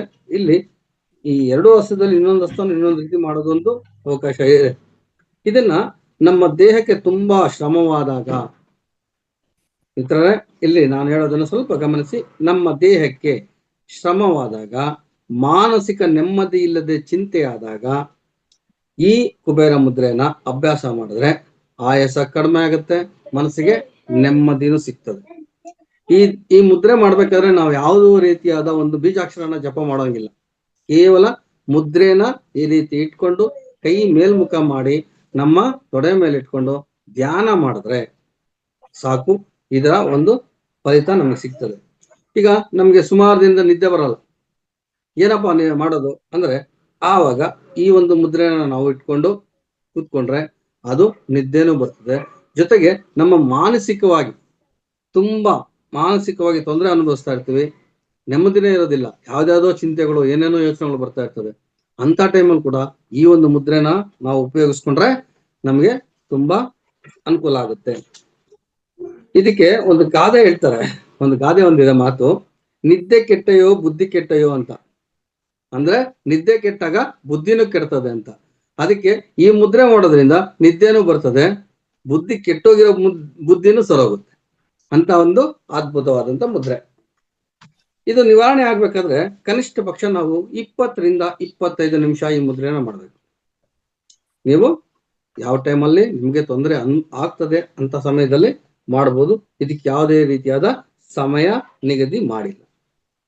ಇನ್ನೊಂದು ಇದರಿಂದ ಉಪಯೋಗವಂತದ್ದು, ನಮ್ಮ ದೇಹದಲ್ಲಿ BP ರಕ್ತದೊತ್ತಡ ಹೆಚ್ಚಾದಾಗ ಈ ಮುದ್ರೆ ಮಾಡಿದ್ರೆ ಇದು ನಮ್ಮ ರಕ್ತದೊತ್ತಡನ BP-ನ ಬ್ಯಾಲೆನ್ಸ್ ಮಾಡುತ್ತೆ. ಅಂತವರು 40 ರಿಂದ 45 ನಿಮಿಷ ಮಾಡಬೇಕು. ಅದರೊಂದಿಗೆ ಈ ಮುದ್ರೆ ಮಾಡಿ ನಂತರ 20 ನಿಮಿಷ ಪ್ರಾಣ ಮುದ್ರೆ ಮಾಡಬೇಕು. ಅರ್ಥ ಮಾಡ್ಕೊಳ್ಳಿ, ಒಂದೇ ಮುದ್ರೆ ಮಾಡಿದ್ರೆ ಸಾಕಾಗಲ್ಲ. ಈ ಮುದ್ರೆಯ ಜೊತೆಗೆ ಪ್ರಾಣ ಮುದ್ರೆ ಗೊತ್ತಿರ್ಬೋದು ನಿಮ್ಗೆ. ಆ ಪ್ರಾಣ ಮುದ್ರೆ 2 ಈ ಮುದ್ರೆ ಮಾಡ್ಬೇಕು, ಯಾವುದು ಈ ಮುದ್ರೆ, ನಂತರ ಪ್ರಾಣ ಮುದ್ರೆ ಮಾಡ್ಬೇಕು. ಮಾಡಿದ್ರೆ ಈ ರಕ್ತದೊತ್ತಡ BP ಬ್ಯಾಲೆನ್ಸಿಂಗ್ ಬರ್ತದೆ, ತುಂಬಾ ಅದ್ಭುತವಾಗಿ ಬ್ಯಾಲೆನ್ಸ್ ಬರ್ತದೆ. ಮತ್ತೆ ಇದನ್ನ ಇನ್ನ ಒಂದು ಕೆಲವು ಇದರಲ್ಲಿ ಉಪಯೋಗಿಸ್ತಾರೆ. ವಾಸ್ತುಶಾಸ್ತ್ರದಲ್ಲಿ ಕೂಡ ಈ ಮುದ್ರೆನ ಉಪಯೋಗಿಸ್ತಾರೆ. ಮತ್ತೆ ಧ್ಯಾನ ಮಾಡೋದಕ್ಕೂ ಇದು ಉಪಯೋಗಿಸ್ತಾರೆ. ನಮ್ಗೆ ಒಳ್ಳೆಯ ಫಲಗಳನ್ನ ಇದರಿಂದ ನಾವು ಪಡಿಬಹುದು. ಮತ್ತೆ ಇದರಿಂದ ವಾಸ್ತು ಇದರಲ್ಲಿ ಶೀಘ್ರವಾಗಿ ಲಾಭ ಕೂಡ ಗಳಿಸುವಂತ ಒಂದು ಮುದ್ರೆ. ಯಾಕೆ ಅಂದ್ರೆ ಈ ಕುಜ, ಗುರು, ಶನಿ ಈ ಶಕ್ತಿಗಳು ಒಟ್ಟಿಗೆ ಕೊಡ್ತವೆ. ಇಲ್ಲಿ 3 ಶಕ್ತಿಗಳು ಒಟ್ಟಿಗೆ ಕೊಡ್ತವೆ. ಯಾವ್ದಾವ್ದು ಕೊಡ್ತದೆ 3 ಶಕ್ತಿಗಳು? ನೆನಪಿದೆಯಾ ನಿಮ್ಗೆ? ಈ 3 ಬೆರಳು ಇಲ್ಲಿ ಕುಜ, ಗುರು, ಶನಿ 3 ಒಟ್ಟಿಗೆ ಸೇರಿ ಆ ಒಂದು ಅದ್ಭುತವಾದಂತ ಫಲ ಕೊಡ್ತವೆ. ಇಲ್ಲಿ ಅಗ್ನಿ ತತ್ವ, ವಾಯು ತತ್ವ ಮತ್ತು ಆಕಾಶ ತತ್ವ 3 ಒಟ್ಟಿಗೆ ಸೇರಿದಾಗ ನಮ್ಗೆ ನಿಜವಾಗ್ಲೂ ಒಳ್ಳೆ ಫಲ ಬರ್ತದೆ. ಇದರಿಂದ ಒಂದು ರೀತಿ ವಾಸ್ತು ವಿಷಯದಲ್ಲಿ ಕೂಡ ಇದು ನಮ್ಗೆ ತುಂಬಾ ಉಪಯೋಗ ಆಗುತ್ತೆ. ಮತ್ತು ದೇಹದಲ್ಲಿರುವಂತಹ ರಕ್ತದೊತ್ತಡ ಅವಲ್ಲ ಹೇಳಿದ ಬ್ಯಾಲೆನ್ಸ್ ಕಮ್ಮಿ ಅಂದ್ರೆ ಲೋ ಬಿ ಪಿ ಆದ್ರೂ ಪರವಾಗಿಲ್ಲ, ಹೈ ಬಿ ಪಿ ಆಗಿರೂ ಪರವಾಗಿಲ್ಲ, ಈ ಮುದ್ರೆನ ಮಾಡೋದ್ರಿಂದ ಸಂಪೂರ್ಣವಾಗಿ ಒಂದೇ ಬ್ಯಾಲೆನ್ಸಿಂಗ್ ಬರ್ತದೆ. ತುಂಬಾ ಅದ್ಭುತವಾದಂತ ಮುದ್ರೆ. ಇದರೊಂದಿಗೆ ನಾವು ಪ್ರಾಣ ಮುದ್ರೆಯನ್ನು ಜೊತೆಗೆ ಮಾಡಬೇಕಾಗುತ್ತೆ. ಆನಂತರ ಇದರಲ್ಲಿ ಕೊನೆಯ ಒಂದು ಮಾತು ಹೇಳ್ತೀನಿ. ಮನುಷ್ಯ ಪ್ರಾಣ ಹೋದ ಮೇಲೂ ಕೂಡ ಈ ಒಂದು ಕುಬೇರ ಮುದ್ರೆ ಕೊನೆಯವರೆಗೂ ನಮ್ಮಲ್ಲಿ, ನಮ್ಮ ದೇಹದಲ್ಲಿ ಉಳಿದಿದ್ದು ಅಂದ್ರೆ ಧನುಂಜಯ ಅಂತ ಕರಿತೀವಿ ನಾವು. ನಮ್ಮ ದೇಹನ ಒಂದು ರೀತಿ ಬಿಸಿಯಾಗಿ ಇಟ್ಕೊಂಡಿದ್ದು ಶಾಖ, ಅದೇ ರೀತಿ ಬ್ಯಾಲೆನ್ಸ್ ಮಾಡ್ಕೊಂಡಿದ್ದು ಕೊನೆಯ ಪಂಚಪ್ರಾಣಗಳಲ್ಲಿ ಕೊನೆಯ ಉಪಪ್ರಾಣ ಪಂಚಪ್ರಾಣವಾದಂತಹ ಧನುಂಜಯ ಆಚೆಗೆ ಬರ್ತಾನೆ. ಮೊದಲು 5 ಪಂಚಪ್ರಾಣಗಳು ಹೋಗ್ತವೆ, ಆ ನಂತರ ಉಪಪ್ರಾಣಗಳೈದು ಹೋಗುವಾಗ ಕೊನೆಯಲ್ಲಿ ಬರುವಂತ ಉಪಪ್ರಾಣ ಈ ಧನುಂಜಯ. ನಿಮ್ಗೆ ಪಂಚ ಪ್ರಾಣಗಳ ಬಗ್ಗೆ ಈಗಾಗಲೇ ತಿಳಿಸ್ಕೊಟ್ಟಿದ್ದಾರೆ, ಅದಕ್ಕೆ ಅದ್ರ ಬಗ್ಗೆ ವಿವರಣೆ ಕೊಡ್ತಾ ಇಲ್ಲ. ಈಗ ನನಗೆ ಕೊಟ್ಟಿರೋದು ಬರೀ 10 ನಿಮಿಷ, ಅದರಲ್ಲಿ 9 ನಿಮಿಷ ಆಗೋಯ್ತು, ಇನ್ನು 1 ನಿಮಿಷನೇ ಬಾಕಿ. ಅದನ್ನ ನೋಡ್ಕೊಂಡೆ ಹೇಳ್ತಾ ಇದ್ದೀನಿ. ಈಗ ಈ ಪಂಚ ಉಪ ಪ್ರಾಣಗಳಾದಂತ ಪ್ರಾಣಗಳಲ್ಲಿ ಕೊನೆಯಲ್ಲಿ ಉಳಿಯೋದು ಧನುಂಜಯ. ಆ ಧನುಂಜಯ ಈ ಮುದ್ರೆಗೆ ಸಂಬಂಧಪಟ್ಟಿರ್ತಾನೆ. ಅದಕ್ಕೆ ಕೊನೆಯಲ್ಲಿ ಪ್ರಾಣ ಹೋದಾಗ ದೇಹನ ಕೊನೆಯ ಬಾರಿ ಎಲ್ಲಾ ಪ್ರಾಣಗಳು ಹೋದ್ಮೇಲೆ ಕೊನೆಯ ಬಾರಿ ಬರುವಂತ ಈ ಪ್ರಾಣ ಧನುಂಜಯ ಉಪಪ್ರಾಣ. ಇದು ನಮ್ಮಿಂದ ಆಚೆ ಬರೋವರೆಗೂ ದೇಹ ಬಿಸಿಯಾಗೇ ಇರ್ತದೆ. ಇದಕ್ಕೆ ಸಂಬಂಧಪಟ್ಟಿದ್ದೆ ಈ ಮುದ್ರೆ. ಇದನ್ನ ಹೇಳೋದಕ್ಕೆ ಅವಕಾಶ ಮಾಡಿಕೊಟ್ಟಂತ ಧನ್ಯವಾದಗಳು ನಮ್ಮ ರೇವತಿ ಮೇಡಮ್ ಅವ್ರಿಗೂ, ಅವರು ಮಹಾದ್ವಾರ ಫೌಂಡೇಶನ್ ಅವ್ರಿಗೆ. ಕೇಳಿದ್ದಕ್ಕೆ ತಮಗೆಲ್ಲರಿಗೂ ಧನ್ಯವಾದಗಳು. ಆದ್ರೆ ಒಂದು ವಿಷಯ, ಮುದ್ರೆ ಹೇಳ್ಕೊಟ್ಟೆ ಬರೀ ಕೇಳಿಸ್ಕೊಂಡು ಸುಮ್ಮನೆ ಇದ್ರೆ ಅದರಿಂದ ಏನು ಬರೋದಿಲ್ಲ. ಯಾರೇ ಹೇಳ್ಕೊಳ್ಳಿ ಮುದ್ರೆ, ಈಗ ಆಲ್ರೆಡಿ ನಿಮಗೆ 3 ಮುದ್ರೆ ಹೇಳ್ಕೊಟ್ಟಿದ್ದಾರೆ. ಇದಕ್ ಮುಂಚೆ ನಾವು ಹೇಳ್ತಾನೆ ಬರ್ತಾ ಇದ್ವಿ, ಗುರುಗಳು ಹೇಳ್ತಾನೆ ಇದ್ದಾರೆ. ದಯವಿಟ್ಟು ಮುದ್ರೆನ ತಿಳ್ಕೊಂಡಾದ್ಮೇಲೆ ಅಟ್ಲೀಸ್ಟ್ 1-2-3 ಸಾರಿ ಅದನ್ನ ಪ್ರಯತ್ನ ಪಟ್ರೆ ಅದರಿಂದ ಒಳ್ಳೆ ಫಲಿತಾಂಶ ಸಿಗುತ್ತೆ. ಇಲ್ಲ ಅಂದ್ರೆ ಹೇಳ್ಕೊಟ್ಟಿದ್ದಕ್ಕೂ ಕೇಳಿಸ್ಕೊಂಡಿದ್ದಕ್ಕೂ ನಿಮಗೂ ನಮಗೂ ಬರುವಂತ ಬೆನಿಫಿಟ್ ಏನೂ ಇರೋದಿಲ್ಲ, ವ್ಯರ್ಥ ಆಗೋಗ್ಬಿಡ್ತದೆ. ದಯವಿಟ್ಟು ಅದು ಮಾಡಬೇಡಿ. ಆದಷ್ಟು ಎಲ್ಲರೂ ಈ ಮುದ್ರೆನ ಪ್ರಯತ್ನ ಮಾಡಿ. ಇಲ್ಲಿ ಒಂದೇ ಮುದ್ರೆ ಹೇಳ್ಕೊಟ್ಟಿರೋದು ಕುಬೇರ ಮುದ್ರೆ, ಜ್ಞಾನ ಮುದ್ರೆ. ಇದ್ರ ಜೊತೆಗೆ ಪ್ರಾಣ ಮುದ್ರೆಯನ್ನು ಸೇರಿಸ್ಕೊಂಡಿರ್ಬೇಕು, ಅದರಿಂದ ಒಳ್ಳೆ ಬೆನಿಫಿಟ್ ಸಿಗ್ತದೆ. ಧನ್ಯವಾದಗಳು ma'am. Thank you very much sir. ತುಂಬಾ ಚೆನ್ನಾಗಿ, ಬಹಳ ಅದ್ಭುತವಾದ, ಜೊತೆಗೆ ಬಹಳ ಉಪಕಾರಿಯಾದ ಮುದ್ರೆಯನ್ನ ಹೇಳಿದೀರಾ. ಕೊನೆಗೆ ತಾವು ಹೇಳಿದ ಇನ್ನೊಂದು ಮಾತು ಸಹ ಅಕ್ಷರಶಃ ಸತ್ಯ. ಹೇಳ್ಕೊಡೋದು ಮುಖ್ಯ ಅಲ್ಲ, ಹೇಳಿಕೊಟ್ಟುದನ್ನ ಅನುಪಾಲನೆ ಮಾಡಿ ತಮ್ಮ ಆರೋಗ್ಯವನ್ನ ಕಾಪಾಡಿಕೊಳ್ಳೋದು ಸಹ ಅಷ್ಟೇ ಮುಖ್ಯ. ಯಾಕಂತಂದ್ರೆ ಇದರದೆಲ್ಲ ವ್ಯಾಲ್ಯೂ ಅಂತ ಹೇಳತಕ್ಕಂಥದ್ದು ಬರುವಂಥದ್ದು ಎಲ್ಲರೂ ಮಾಡಿದಾಗ, ಇದರ ಒಂದು ಫಲವನ್ನ ಪಡೆದಾಗ ಮಾತ್ರ. ಆದ ಕಾರಣ ಎಲ್ಲ ಮಾಸ್ಟರ್ಸ್, ಕೊನೆಗೆ ನಿಮ್ಗೆ ಏನಾದ್ರೂ ಡೌಟ್ಸ್ ಇದ್ರೆ ಇನ್ನೊಬ್ರು ಶೈಲಜಾ ಮೇಡಮ್ ಮಾತಾಡಿ ಆದ ತಕ್ಷಣ ಪ್ರಶ್ನೆಯನ್ನ ಕೇಳಿ ಉತ್ತರವನ್ನ ಪಡ್ಕೊಳ್ಳಿ. ಸೊ ಇಂತಹ ಮುದ್ರೆಯನ್ನ ನಾವು ಹೇಳುವ ಉದ್ದೇಶ ಏನಂತಂದ್ರೆ, ನಮ್ಮ ಗುರುಗಳು ಯಾವತ್ತೂ ಹೇಳ್ತಾರೆ, you become the masters, don't go to anybody, you should become the masters ಅಂತ. ನಮ್ಮ ದೇಹಕ್ಕೆ ನಾವೇ ಔಷಧಾಲಯವನ್ನ ತೆಗೆದ ಹಾಗೆ, ಅಥವಾ ನಾವೇ ಡಾಕ್ಟರ್ಸ್ ಆದ ಹಾಗೆ. Thank you very much sir. So ಮುಂದಿನ ಮುದ್ರೆಯ ಜ್ಞಾನವನ್ನ ಹಂಚಿಕೊಳ್ಳಕ್ಕೆ ಹಾಜರಾಗಿದ್ದಾರೆ ನಮ್ಮ ಇದೇ ವೇದಿಕೆಯ ಹಿರಿಯ ಮಾಸ್ಟರ್ ಆಗಿರತಕ್ಕಂತಹ ಶೈಲಜಾ ಮೇಡಮ್ ಅವರು. ಮೇಡಮ್ ಅವರಿಗೆ ನಾನು ಈ ವೇದಿಕೆಯ ಪರವಾಗಿ ಹಾಗೂ ನನ್ನ ವೈಯಕ್ತಿಕವಾಗಿ ಹೃತ್ಪೂರ್ವಕ ಸ್ವಾಗತವನ್ನ ಬಯಸ್ತೇನೆ. Madam, over to you ma'am. Thank you so much, ma'am. Thank you. ಎಲ್ಲ ಆತ್ಮ ಬಂಧುಗಳಿಗೆ ಶರಣು ಶರಣಾರ್ಥಿಗಳು. ಬ್ರಹ್ಮಶ್ರೀ ಪತ್ರಿಜಿ ಹಾಗೂ ಮಾತಾ ಸ್ವರ್ಣಮಾಲ ಅವರ ಪಾದಕಮಲಗಳಲ್ಲಿ ನನ್ನ ಹೃದಯಪೂರ್ವಕ ನಮನಗಳನ್ನು ಸಲ್ಲಿಸುತ್ತೇನೆ. ಅದೇ ತರ ನಮ್ಮ ಈ ಮಹಾವತಾರ್ ಫೌಂಡೇಶನ್ನ ಅಧ್ಯಕ್ಷರಾದ ಶ್ರೀ ರಂಗನಾಥ್ ಗುರುಜಿಯವರ ಹೃತ್ಪೂರ್ವಕ ಧನ್ಯವಾದಗಳನ್ನು ಸಲ್ಲಿಸುತ್ತೇನೆ. ಈ ಅವಕಾಶಕ್ಕಾಗಿ ಇಲ್ಲಿ ಸೇರಿರುವ ಎಲ್ಲ ನಮ್ಮ ಹಿರಿಯ ಮತ್ತು ಕಿರಿಯ ಮಾಸ್ಟರ್ಸ್ಗಳಿಗೂ ನನ್ನ ಹೃದಯಪೂರ್ವಕ ನಮನಗಳು. ಈ ಅವಕಾಶಕ್ಕಾಗಿ ರೇವತಿ ಮೇಡಮ್ ನಿಮಗೂ ಧನ್ಯವಾದಗಳು. ಇವತ್ತು ನನಗೆ ಕೊಟ್ಟಿರುವ ಒಂದು ಮುದ್ರೆ ಬಗ್ಗೆ ನಾನು ಹೇಳಲು ಬಯಸ್ತೀನಿ ಮಾಸ್ಟರ್ಸ್.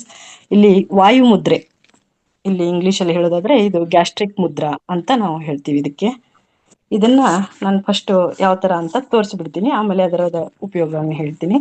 ವಾಯು ಮುದ್ರೆ ಅಂದ್ರೆ ಫಸ್ಟ್ ನಮ್ಮ ಇದು ಮೂರನೇ ಅಂದ್ರೆ ಫಸ್ಟ್ ಹೆಬ್ಬೆರಳು ಇದೆಯಲ್ಲ, ಹೆಬ್ಬೆರಳು ಹತ್ತಿರದ ಬೆರಳನ್ನ ಕೆಳಗಡೆ ಮಡಚ್ಕೊಂಡು ಅದರ ಮೇಲೆ ನಮ್ಮ ಈ ಹೆಬ್ಬೆರಳನ್ನ ಇದ್ರ ಮೇಲೆ ಹಾಕೊಳ್ಳು. ಈ ತರ ಈ 3 ಬೆರಳುಗಳು ಸಮವಾಗಿರ್ಬೇಕು. ಆಮೇಲೆ ಸ್ಟ್ರೇಟ್ವಾಗಿ ಇದಿರ್ಬೇಕು. ಅದಕ್ಕೆ ಒಂದು ನಮ್ಮ ಇದ್ರದ್ದು ಪ್ರೆಷರ್ ಬೀಳ್ತಾ ಇರ್ಬೇಕು. ನಮ್ಗೆ ಗೊತ್ತಾಗುತ್ತೆ ಅದು ಹಾಕಿದ ಮೇಲೆ ಅದರದ್ದು ಇದು ಎಷ್ಟು ಇಫೆಕ್ಟ್ ಇರುತ್ತೆ ಅಂತ. ಈ ತರ ಈ ಮುದ್ರೆಯನ್ನ ನಾವೊಂದು ಸುಮಾರು ಒಂದು ದಿನದಲ್ಲಿ 5 ನಿಮಿಷ 2 ಟೈಮ್ ಅಭ್ಯಾಸ ಮಾಡಿದ್ರೆ ಅದರದ್ದು ನಮಗೆ ಅದರದ್ದು ಇದು ಫಲಿತ ಸಿಗುತ್ತೆ ಅಂತ ಹೇಳ್ಬೋದು. ಇಲ್ಲಿ ಇದ್ರ ಬಗ್ಗೆ ಇದರದ್ದು ಉಪಯೋಗಗಳ ಮಾಸ್ಟರ್ಸ್ ಗೊತ್ತಾಯ್ತಾ ಯಾವ ತರ ಅಂತ ಈ ಮುದ್ರೆ ನಾನು ತೋರಿಸ್ತಾ ಇರೋದು? ಈ ತರ ವಾಯು ಮುದ್ರೆ ತೋರು ಬೆರಳು ಅಂತ ಹೇಳಿ, ಹೆಬ್ಬೆಟ್ಟಿನ ಪಕ್ಕ ಇರೋದು ತೋರು ಬೆರಳು, ಇಂಡೆಕ್ಸ್ ಫಿಂಗರ್ ಕೆಳಗಡೆ ಹಾಕೊಂಡು ಮೇಲೆ ಹೆಬ್ಬೆರಳು ಹಾಕೊಳ್ಳೋದು, 3 ಬೆರಳುಗಳು ಸಮವಾಗಿ ನಿಲ್ಲುತ್ತೆ. ಇದು ವಾಯು ಮುದ್ರೆ. ಇದರ ಏನು ಒಂದು ಉಪಯೋಗಗಳನ್ನ ನಾನು ಇವಾಗ ಹೇಳ್ತೀನಿ. ಇಲ್ಲಿ ಏನಂದ್ರೆ ವಾಯು ಮುದ್ರೆಯಿಂದ ಸುಮಾರು ಲಾಭಗಳಿದೆ ನಮಗೆ. ಇಲ್ಲಿ ವಾಯು ಪ್ರಕೋಪ ಮತ್ತು ಜಠರಗೆ ಸಂಬಂಧಪಟ್ಟಿದ್ದ ಹೊಟ್ಟೆಯ ತೊಂದರೆ ತುಂಬಾ ನಿವಾರಣೆ ಆಗುತ್ತದೆ.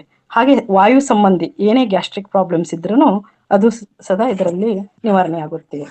ಹಾಗೆ ಇದನ್ನ ಅಂದ್ರೆ ನಿರಂತರವಾಗಿ ಅಭ್ಯಾಸ ಮಾಡಿದಾಗ ಸುಮಾರು ಅಂದ್ರೆ ಈಗ ಎಷ್ಟೋ ಮಂಡಿ ನೋವುಗಳಾಗಿ, ಸಂಧಿವಾತ, ಸ್ನಾಯು ಸೆಳೆತ, ಹಾಗೂ ಸುಮಾರು ಈಗ ಲಕ್ವಾ ಅಂತ ಒಂದು ಇದು ಬರುತ್ತೆ ಕಾಯಿಲೆ, ಆ ತರದ್ದು, ಕಂಪವಾತ ಅಂದ್ರೆ ನಡುಕೆ, ಈಗ ಎಲ್ಲ ಕೀಲುಗಳಲ್ಲಿ ಒಂದು ನಡುಕ ಉಂಟಾಗುತ್ತೆ ಆ ತರದ್ದು, ಆಮೇಲೆ ಸೈಟಿಕ ಹಾಗೂ ಗ್ಯಾಸ್, ಸುಮಾರು ಅದಕ್ಕೆ ಸಂಬಂಧಪಟ್ಟಿದ್ದ ಎಲ್ಲ ರೋಗಗಳು ನಿವಾರಣೆ ಆಗುತ್ತೆ ಅಂತ ಇಲ್ಲಿ ಹೇಳ್ತಾ ಇದ್ದಾರೆ.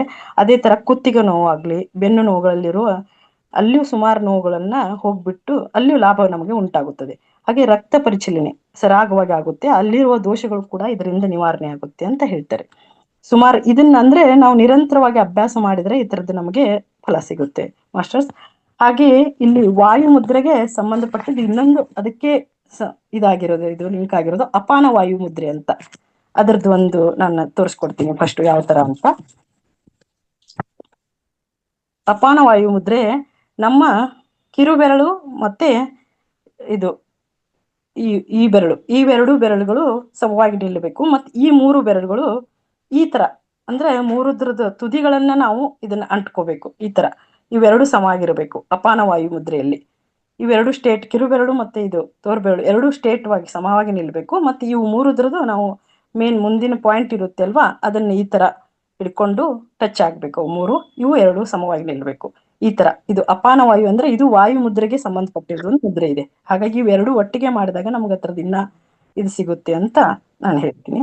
ಇದು ಪ್ರಾಕ್ಟಿಕಲ್ ಈ ತರ ಮಾಡಿ ಇದನ್ನು ನಿರಂತರವಾಗಿ ನಾವು ಒಂದು 5 ನಿಮಿಷ ಡೈಲಿ 2 ಟೈಮ್ಸ್ ಆದ್ರೂ ಖಂಡಿತ, ಬೆಳಗ್ಗೆ ಒಂದ್ಸಲ, ಸಂಜೆ, ನಮ್ಗೆ ಯಾವಾಗ ಟೈಮ್ ಸಿಗುತ್ತೆ ಯಾವಾಗ ಇದ್ರದ್ದು ಮಾಡಿದ್ರೆ ಇದ್ರದ್ದು ಲಾಭ ಪಡ್ಕೊಳ್ಬಹುದು. ಇದರ ಉಪಯೋಗಗಳು ಏನಂದ್ರೆ ಅಪಾನ ವಾಯು ಮುದ್ರೆ ಹೃದಯ ಹಾಗೂ ವಾತ ರೋಗಗಳನ್ನು ದೂರ ಮಾಡಿ ಶರೀರದಲ್ಲಿ ಆರೋಗ್ಯವನ್ನು ವೃದ್ಧಿಸುತ್ತದೆ. ಹಾಗೆ ಹೃದಯ ದೌರ್ಬಲ್ಯವಿರುವವರು ಕೂಡ ಇದನ್ನು ದಿನಲೂ ಅಭ್ಯಾಸ ಮಾಡಿದ್ರೆ ತುಂಬಾನೇ ಒಳ್ಳೆ ಲಾಭ ಸಿಗುತ್ತೆ. ಆಮೇಲೆ ಸುಮಾರು ಜನಕ್ಕೆ ಈಗ ಹಾರ್ಟ್ ಅಟ್ಯಾಕ್ ಒಂದು ಸಂಬಂಧಪಟ್ಟಿದ್ದಂಗೆ ಹೃದಯಾಘಾತ ಅದನ್ನ ಆಗ್ತಾ ಇರುವಾಗಲೇ ಈ ಮುದ್ರೆ ಮಾಡುವುದರಿಂದ ಅಲ್ಲಿ ರಿಲ್ಯಾಕ್ಸೇಷನ್ ಬರುತ್ತೆ ಅಂತ ತುಂಬಾ ಚೆನ್ನಾಗಿ ಹೇಳ್ತಾ ಇದ್ದಾರೆ ಇಲ್ಲಿ. ಹಾಗೆ ಹೊಟ್ಟೆಯಲ್ಲಿನ ಗ್ಯಾಸ್ ಕೂಡ ಹೋಗುತ್ತದೆ. ತಲೆನೋವು, ದಮ್ಮು ಹಾಗೂ ಅಧಿಕ ಒತ್ತಡ IBP ಇದ್ದಲ್ಲಿ ಕೂಡ ಇದು ಲಾಭ ಇದೆ ಅಂತ. ಹಾಗೆ ಈಗ ಮೆಟ್ಟಿಲುಗಳನ್ನು ಏರುವ ಸುಮಾರು ಒಂದು 5-6 ನಿಮಿಷ ನಾವು ಈ ಮುದ್ರೆ ಮಾಡಿದ್ರೆ ಅದು ಏರುವಾಗ ಕೂಡ ನಮಗೆ ಎಷ್ಟೋ ಜನಕ್ಕೆ ಈಗ ಮೆಟ್ಟಿಲುಗಳನ್ನ ಹತ್ತುವಾಗ ಸುಮಾರು ಒಂಥರ ಸುಸ್ತು ಇದಾಗ್ತಾ ಇರುತ್ತೆ ಅಲ್ಲ, ಅವಾಗ ಈ ಮುದ್ರೆನ ಅಪಾನ ವಾಯು ಮುದ್ರೆನ ಒಂದು 5-6 ನಿಮಿಷ ಮಾಡಿದ್ರೆ ಅಲ್ಲೂ ಕೂಡ ಒಂದು ರಿಲ್ಯಾಕ್ಸೇಷನ್ ಬರುತ್ತೆ ಅಂತ ಇದರದೊಂದು ಉಪಯೋಗ ಇದೆ ಮಾಸ್ಟರ್ಸ್. ಯಾವುದೇ ನಾವು ಮುದ್ರೆಗಳಾಗ್ಲಿ, ಒಂದು ವ್ಯಾಯಾಮಗಳಾಗ್ಲಿ, ಪ್ರಾಣಾಯಾಮಗಳಾಗ್ಲಿ ನಾವು ನಿರಂತರವಾಗಿ ಅಭ್ಯಾಸ ಮಾಡಿದಾಗ ಮಾತ್ರ ಅದರದ್ದು ನಮಗೆ ಇಲ್ಲಿ ಫಲಿತ ಸಿಗುತ್ತೆ ಅಂತ ಹೇಳಕ್ಕೆ ಇದು ಮಾಡ್ತೀನಿ. ಇಷ್ಟು ಎರಡು ಮುದ್ರೆಗಳ ಬಗ್ಗೆ ನನಗೆ ಎಕ್ಸ್ಪ್ಲನೇಷನ್ ಕೂಡ ಕೇಳಿದ್ರು. ಇಷ್ಟು ಅವಕಾಶಕ್ಕಾಗಿ ತುಂಬಾ ಧನ್ಯವಾದಗಳು ಮೇಡಮ್. ಎಲ್ಲ ಮಾಸ್ಟರ್ಸ್ಗಳಿಗೆ ನಮ್ಮ ಹೃತ್ಪೂರ್ವಕ ನಮನಗಳು. Thank you so much. Thank you ma'am, thank you very much. ನಮ್ಮ ಕೈಗಳಿಂದಲೇ ನಮ್ಮ ಆರೋಗ್ಯವನ್ನ ಸರಿ ಮಾಡಿಕೊಳ್ಳತಕ್ಕಂತಹ ಅದ್ಭುತ ಮಾಹಿತಿಯನ್ನು ಇವತ್ತು ನಾವು ಪಡ್ಕೊಂಡ್ವಿ. ಎಲ್ಲ ಮುದ್ರೆಗಳನ್ನು ಸಹ ಮಾಡ್ಕೊಂಡು ಅಭ್ಯಾಸ ಮಾಡ್ಕೊಂಡು ಹೋದಾಗ ನಾವು ನಮ್ಮ ಆರೋಗ್ಯವನ್ನ ಸಮತೋಲನವಾಗಿ ಇಟ್ಕೊಳ್ಬಹುದು ಅಥವಾ ಸಮಸ್ಯೆ ಬಂದಾಗ ಅದನ್ನ ನಿವಾರಣೆ ಮಾಡಿಕೊಳ್ಳಬಹುದು ಅಂತ ಹೇಳತಕ್ಕಂಥ ಅಂಶವನ್ನ ನಾವು ಇವತ್ತು ತಿಳ್ಕೊಂಡ್ವಿ. ಓಕೆ ಮಾಸ್ಟರ್ಸ್, 3 ಜನ ಈ ದಿನ ನಮಗೆ ಜ್ಞಾನ ಹಂಚಿಕೆಯನ್ನ ಮಾಡಿದ್ದಾರೆ. ಮಧುರಾ ಮೇಡಮ್ ಅವರು ವಾತ ಪಿತ್ತ ಕಫದ ಬಗ್ಗೆ ಮಾಹಿತಿಯನ್ನು ಕೊಟ್ಟರು. ವೆಂಕಟರಮಣ ಸರ್ ಅವರು ಕುಬೇರ ಮುದ್ರೆಯ ಬಗ್ಗೆ ಮಾಹಿತಿಯನ್ನು ಕೊಟ್ಟಿದ್ದಾರೆ. ಹಾಗೇನೆ ಶೈಲಜಾ ಮೇಡಮ್ ಅವರು ವಾಯು ಮುದ್ರೆ ಜೊತೆಗೆ ಅಪಾನ ವಾಯು ಮುದ್ರೆ ಬಗ್ಗೆನೂ ಜ್ಞಾನವನ್ನ ಹಂಚಿದ್ದಾರೆ. ತಮಗೆ ಏನಾದ್ರೂ ಪ್ರಶ್ನೆ ಇದ್ದಲ್ಲಿ ದಯಮಾಡಿ ಅದನ್ನ ಕೇಳಿ ಅದನ್ನ ತಿಳ್ಕೊಳ್ಳಿ, ಅಥವಾ ಇನ್ನು ಹೆಚ್ಚಿನ ಏನಾದ್ರೂ ಮಾಹಿತಿ ಬೇಕು ಅಂತಂದ್ರೆ ತಿಳ್ಕೊಳ್ಳಿ. ಯಾರೋ ಮೆಸೇಜ್ ಮಾಡಿದ್ರು, ಸೂರ್ಯ ಮುದ್ರೆ ಮತ್ತೆ ವಾಯು ಮುದ್ರೆ ಒಂದೇನಾ ಅಂತ ಹೇಳ್ಕೊಂಡು. ಶೈಲಜಾ ಮ್ಯಾಮ್? ಇಲ್ಲ, ಸೂರ್ಯ ಮುದ್ರೆನೇ ಬೇರೆ ಆಗುತ್ತೆ, ವಾಯು ಮುದ್ರೆನೇ ಬೇರೆ ಆಗುತ್ತೆ. ಓಕೆ, ಹ್ಯಾಂಡ್ ರೈಸ್ ಮಾಡಿದ್ದಾರೆ. ರಘುನಾಥ್ ಅನ್ಮ್ಯೂಟ್ ಕೊಡಿ. Madam. Okay okay, thank you ma'am. ನಮಸ್ತೆ ಸರ್. ವೆಂಕಟರಮಣ ಸರ್ ನಮಸ್ಕಾರ. ನೀವು ನೀವು ಇದು ಮಾತಾಡಿದ್ರಲ್ಲ, ಈ ಧನಂಜಯ ಹೇಳಿದ್ರಲ್ವಾ, ಅದ್ರಲ್ಲಿ the 4 finger, middle finger and the thumb, which is that with Kuja, Guru and Shani? What is the... Please speak in Kannada, ma'am. If you know Kannada, yesterday I saw told, because your question will help others also. They will understand better. Okay, sir, ಇದು ಈ ಬೆರಳು ನೀವು ಹೇಳಿದ್ರಲ್ಲ, ಅದು ಯಾವ್ದು ಕುಜ, ಗುರು and Shani ನನ್ಗೆ ಹೇಳ್ತೀರಾ ಇದ್ರಲ್ಲಿ? ಈ 3 ಬೆರಳಲ್ಲಿ ಈಗ ನಾನು ನಿಮಗೆ ವಾಸ್ತು ಪ್ರಕಾರನ ವಿವರಣೆ ಕೊಟ್ಟಿಲ್ಲ, ಅದಕ್ಕೆ ಉಪಯೋಗ ಆಗತ್ತೆ ಅಂತ ಮಾತ್ರ ನಾನು ಹೇಳಿದೆ. ಇಲ್ಲಿ ಇದು ಕುಜ, ಗುರು, ಶುಕ್ರ ಅದೆಲ್ಲ ಕಂಪ್ಲೀಟ್ ಡೀಟೇಲ್ ಬೇಕಾದ್ರೆ ಅದಕ್ಕೊಂದು ಕ್ಲಾಸೇ ಬೇಕಾಗುತ್ತೆ. ಅದನ್ನ ನಾನು ಇಲ್ಲಿ ಸಂಪೂರ್ಣವಾಗಿ ಎಕ್ಸ್ಪ್ಲೇನ್ ಮಾಡಕ್ ಆಗಲ್ಲ. ಬರೀ ಒಂದು ಮುದ್ರೆ ಮಾತ್ರ. ಇಲ್ಲಿ ನಾನು ಕುಬೇರ ಮುದ್ರೆ ಅಂತ ಮಾಡಿದೆ. ಕುಬೇರ ಮುದ್ರೆ ಮಾಡಿದ ತಕ್ಷಣ 3 ಶಕ್ತಿಗಳು ಇಲ್ಲಿ ಅಗ್ನಿ ತತ್ವ, ವಾಯು ತತ್ವ ಮತ್ತೆ ಆಕಾಶ ತತ್ವ, ಈ 3ನ್ನ ಒಟ್ಟಿಗೆ ಕೂಡಿಸಿದಾಗ 3 ಶಕ್ತಿಗಳು ಬರ್ತದೆ. ಈ 3ನು ಇದರಲ್ಲೇ ಬರೋದು. ಕುಜ ನೀವು ಕೇಳಿದ್ದು ಪೂರ್ತಿ 3 ತತ್ವಗಳಲ್ಲೇ ಬರುವಂತದ್ದು. ಇದನ್ನ ಬೇಕಾದ್ರೆ ನಾನು ಸಂಪೂರ್ಣ ವಿವರಣೆ ಕೊಡ್ತೀನಿ. ಅದ್ ಜೊತೆಗೆ ನೀವು ಇನ್ನೊಂದು ಕೇಳಿದೆ ಧನಂಜಯ ಅಂತ, ಇದು ಪಂಚ ಉಪಪ್ರಾಣಗಳಲ್ಲಿ ಬರುವಂತದ್ದು. ಪಂಚ ಉಪಪ್ರಾಣಗಳಲ್ಲಿ ಮತ್ತೆ ಮಹಾಪ್ರಾಣಗಳಲ್ಲಿ ಮತ್ತೆ 5 ಪ್ರಾಣಗಳಲ್ಲಿ ಬರುವಂತದ್ದು. ಇದನ್ನ ಆಲ್ರೆಡಿ ಒಂದ್ಸರಿ ಕ್ಲಾಸ್ ಕೊಟ್ಟಿದೀವಿ, ನೀವು ಇರ್ಲಿಲ್ಲ ಅಂತ ಕಾಣುತ್ತೆ. ಬೇಕಾದ್ರೆ ಇನ್ನೊಂದ್ಸರಿ ಅದನ್ನ ಸಂಪೂರ್ಣವಾಗಿ ನಂಗೆ ಚಾನ್ಸ್ ಕೊಟ್ರೆ ಕೊಡ್ಬೋದು. ಇವತ್ತು ಕೊಟ್ಟಿರುವಂತ ಸಮಯದಲ್ಲಿ ಕೇವಲ ಆ ಮುದ್ರೆ ನಿಮಗೆ ಪರಿಚಯ ಮಾಡಿಸಿದ್ದೀನಿ. ಈ ಮುದ್ರೆ ಪರಿಚಯ ಮಾಡಿಸಿರೋದ್ರಿಂದ ಕ್ವಶನ್ ಕೇಳಿದ್ದು ಒಳ್ಳೇದೇ, ಆದ್ರೆ ಇದನ್ನ ತಾವು ಆ ಒಂದು ಮುದ್ರೆನ 1-2 ದಿವಸ ಪ್ರಾಕ್ಟೀಸ್ ಮಾಡಿ ಅದರಿಂದ ಬರುವಂತ ಬೆನಿಫಿಟ್ ನ ತಿಳಿದು ಮತ್ತೆ ನೀವು ಕ್ವಶನ್ ಕೇಳಿದ್ರೆ ಅದಕ್ಕೆ ಸಂಪೂರ್ಣವಾದ ವಿವರಣೆ ಕೊಡ್ತೀವಿ. ಆಗ್ಬೋದಾ? ಬೇಜಾರು ಮಾಡ್ಕೋಬೇಡಿ. ಯಾಕಂದ್ರೆ ನಾನು ಒಂದು ಕ್ವಶನ್ ನಾನು ಒಂದು ಕುಜ ವಾಸ್ತು ಪ್ರಕಾರ ತಗೊಂಡೆ ಅಂದ್ರೆ ಈ ವಾಸ್ತುವಲ್ಲಿ ಆಗುವಂತ ಒಂದು ಬೆನಿಫಿಟ್ಸ್ ನ ಸಂಪೂರ್ಣ ವಿವರಣೆ ಕೊಡ್ಬೇಕು. ಯಾವ ದೋಷ ಇದೆ, ಏನಿದೆ ಅನ್ನೋದನ್ನ ನಾನು ಇದನ್ನ ನಿಮ್ಮಲ್ಲಿ ತಿಳಿಸ್ತಾ ಬರ್ಬೇಕು. ಯಾಕಂದ್ರೆ ಇಲ್ಲಿ ನಮ್ಗೆ ಶೀಘ್ರ ಫಲ ಕೊಡ್ಬೇಕಾದ್ರೆ 3 ಶಕ್ತಿಗಳು ಒಂದಾಗ್ಬೇಕು. ನಾವು ವಾಸ್ತುದಲ್ಲಿ ಮನೆ ಏನಾನ ಮಾಡ್ಬೇಕಾದ್ರೆ ಈ ವಾಸ್ತುನ ಸರಿಯಾಗಿ ನೋಡ್ತೀವಿ. 3 ಫಲಗಳು ನಮ್ಗೆ ಬೇಕು ಅಂತ ನೋಡ್ತೀವಿ. ಪಂಚ ಫಲಗಳು ನೋಡ್ತೀವಿ. ಕನಿಷ್ಠ ಪಕ್ಷ 3 ಫಲ ಆದ್ರೂ ನಮ್ಗೆ ಇರ್ಬೇಕು ಅಂತ. ಆ 3 ಫಲಕ್ಕೆ ಸಂಬಂಧಪಟ್ಟಂತ ಈ 3 ಇದನ್ನ ಒಂದೊಂದನ್ನು ನಿಮ್ಗೆ ವಿವರಣೆ ಕೊಡ್ತಾ ಬರ್ಬೇಕು. ಸಮಯ ಸಾಕಾಗಲ್ಲ. ಅದರಿಂದ ಇಷ್ಟು ಮಾತ್ರ ತಿಳ್ಕೊಳ್ಳಿ, ಪ್ರಾಕ್ಟೀಸ್ ಮಾಡಿ. ಇದು ಪ್ರಾಕ್ಟೀಸ್ ಅಲ್ಲಿ ನಿಮಗೆ ಬಂದಿದ ಅಂತ ಬೆನಿಫಿಟ್ ಏನು ಅಂತ ಒಂದ್ಸರಿ ತಿಳಿಸಿದ್ರೆ ಉಳಿದಿದ್ದು ಸಂಪೂರ್ಣವಾಗಿ ನಾನು ಪಂಚಪ್ರಾಣಗಳು, ಉಪ ಪಂಚಪ್ರಾಣಗಳು ಮತ್ತೆ ಈ ಒಂದು ಮುದ್ರೆಯಿಂದ ಆಗುವಂತ ಸಂಪೂರ್ಣ ಶುಭ ಫಲಗಳು, ಅಂದ್ರೆ ಒಂದು ವಾಸ್ತುಶಿಲ್ಪವಾದ ಶುಭ ಫಲಗಳು, ಇಷ್ಟು ತಿಳಿಸ್ಕೊಡ್ತೀನಿ. Okay ma'am, thank you. Srinivas sir. ಎಲ್ಲರಿಗೂ ನಮಸ್ಕಾರ. ಶೈಲಜಾ ಮೇಡಮ್, ನಮಸ್ತೆ. ಅಪಾನ ವಾಯು ಮುದ್ರಾ ಹೇಳಿದ್ದೆ ಹಾ ಕಾಣಿಸ್ತಿದೆ ಮೇಡಮ್. ಇದು ಮೂರು ಬೆರಳು ಇದ್ ಮಾಡಿದೀನಿ, ಇದು ಕರೆಕ್ಟಾ ಇಲ್ಲ ಇದು ತೋರ್ಸಲ್ಲ, ಇದು ಕರೆಕ್ಟಾ ಮೇಡಮ್? ಸರ್ ನಾವಿಲ್ಲಿ ನಮ್ಗೆ ಹೇಳಿದ ಪ್ರಕಾರ ಗುರೂಜಿ ಆಗ್ಲಿ ಆಮೇಲೆ ನಮ್ಮ ಪತಂಜಲಿ ಮಹರ್ಷಿಗಳದ್ದು ಬುಕ್ ಅಲ್ಲಿ ನಾನು ಇದು ನೋಡಿದ್ದಾಗ್ಲಿ ಎರಡೂದ್ರಲ್ಲಿ ಅಪಾನ ವಾಯು ಮುದ್ರೆ ಇದನ್ನೇ ತೋರಿಸಿರೋದು. ಇಷ್ಟು ಮಾತ್ರ? ಇಷ್ಟು ಮಾತ್ರ, ಇವು ಎರಡು ಬೆರಳುಗಳು. ಮತ್ತೆ ಇವು ಎರಡು ಬೆರಳುಗಳು ಸ್ಟ್ರೇಟವಾಗಿ ಸಮಾನಾಗಿದ್ದು ಇವು ಮೂರು ತುದಿ ಈ ತರ ಇರ್ಬೇಕು ಅಂತ ಹೇಳಿ ನೋಟ್ ಮಾಡ್ಕೊಂಡಿದ್ದೆ. ಈ ತೋರ್ ಬೆರಳು ಹೆಬ್ಬೆರಳು ಬುಡಕ್ಕೆ, ಮತ್ತೆ ಮಧ್ಯ ಬೆರಳು ಉಂಗುರದ ಬೆರಳು ಇದಕ್ಕೆ ಹಾಕೊಂಡು ಅಪಾನ ವಾಯು ಮುದ್ರಾ ಇದ್ ಮಾಡ್ತಾ ಇದ್ದೆ, ಅದಕ್ಕೋಸ್ಕರ ಕೇಳಿದೆ ಮೇಡಮ್. ನಾವು ಈ ಬೆರಳುಗಳು ಸಮವಾಗಿ ನಿಲ್ಲಕ್ಕೇನೆ ಹೇಳ್ಕೊಟ್ಟಿದ್ದು ಸರ್. ಅದನ್ನ ನಾನು ಅದರಲ್ಲಿ ತೋರು ಬೆರಳು ಮತ್ತೆ ಕಿರು ಬೆರಳು ನೆಟ್ಟಗೆ, ಮಧ್ಯದ ಬೆರಳು ಉಂಗುರದ ಬೆರಳು ಮತ್ತೆ ನಮ್ಮ ಹೆಬ್ಬೆರಳು ಸ್ಪರ್ಶ. ಶ್ರೀನಿವಾಸ್ ಇದು ಸರ್, ಅಪಾನ ವಾಯು ಮುದ್ರಾ. ಓಕೆ. ಅದು ಅಪಾನ ಶ್ರೀನಿವಾಸ್ ಸರ್, ಈ ತೋರ್ ಬೆರಳನ್ನ ನಾವು ಈ ತರ ಫೋಲ್ಡ್ ಮಾಡ್ಕೊಂಡಾಗ ಮಧ್ಯಗೆ ಈ ಮೆರಳು ಮುದ್ರೆಗ ಇದು ಅಪಾನ ವಾಯು ಮುದ್ರೆಗೆ ಬರೋದಿಲ್ಲ, ಇದು ಬಂದು ಭ್ರಮರ ಮುದ್ರೆಗೆ ಬರ್ತದೆ. ಇದು ಕನ್ಫ್ಯೂಸ್ ಮಾಡ್ಕೋಬೇಡಿ. ಇದು ಬಂದು ಭ್ರಮರ ಮುದ್ರೆಗೆ ಬಂದ್ಬಿಡ್ತದೆ, ಅಂದ್ರೆ ಬೇರೆ ಮುದ್ರೆನೇ ಚೇಂಜ್ ಆಗ್ಬಿಡ್ತದೆ. ಅಪಾನ ವಾಯು ಮುದ್ರೆ ಇಷ್ಟೇ. Okay okay okay. ಹೆಬ್ಬೆರಳು ಹೆಬ್ಬೆರಳಿಗೆ ತುದಿಗೆ ಮಧ್ಯದ ಬೆರಳು ಮತ್ತೆ ಉಂಗುರದ ಬೆರಳನ್ನ ಮುಟ್ಟಿಸಿ ಸರ್, ಸ್ಪರ್ಶ. ತೋರು ಬೆರಳು ಮತ್ತೆ ಕಿರು ಬೆರಳು ಇದೆಯಲ್ಲ, ಚಿಕ್ಕ ಬೆರಳು ಅದು ಹೊರಗೆ ಇದೆರಡು. ನಾನು ತಿಳ್ಕೊಂಡೆ ತಪ್ಪು ಹಾಗಾದ್ರೆ. ಎಸ್ ಸರ್, ಕರೆಕ್ಟ್ ಮಾಡ್ಕೊಳ್ಳಿ ಈಗ. Thank you sir, thank you. ಅಲ್ಲ, ಪ್ರಯತ್ನ ಮಾಡಿದ್ದೀರಾ, ಹತ್ರಕ್ಕೆ ಬಂದಿದ್ದೀರಾ, ತೊಂದ್ರೆ ಇಲ್ಲ. ಈಗ ಸ್ವಲ್ಪ ತಿಳ್ಕೊಂಡು ಮೂವ್ ಆಗಿ, ಒಳ್ಳೇದು.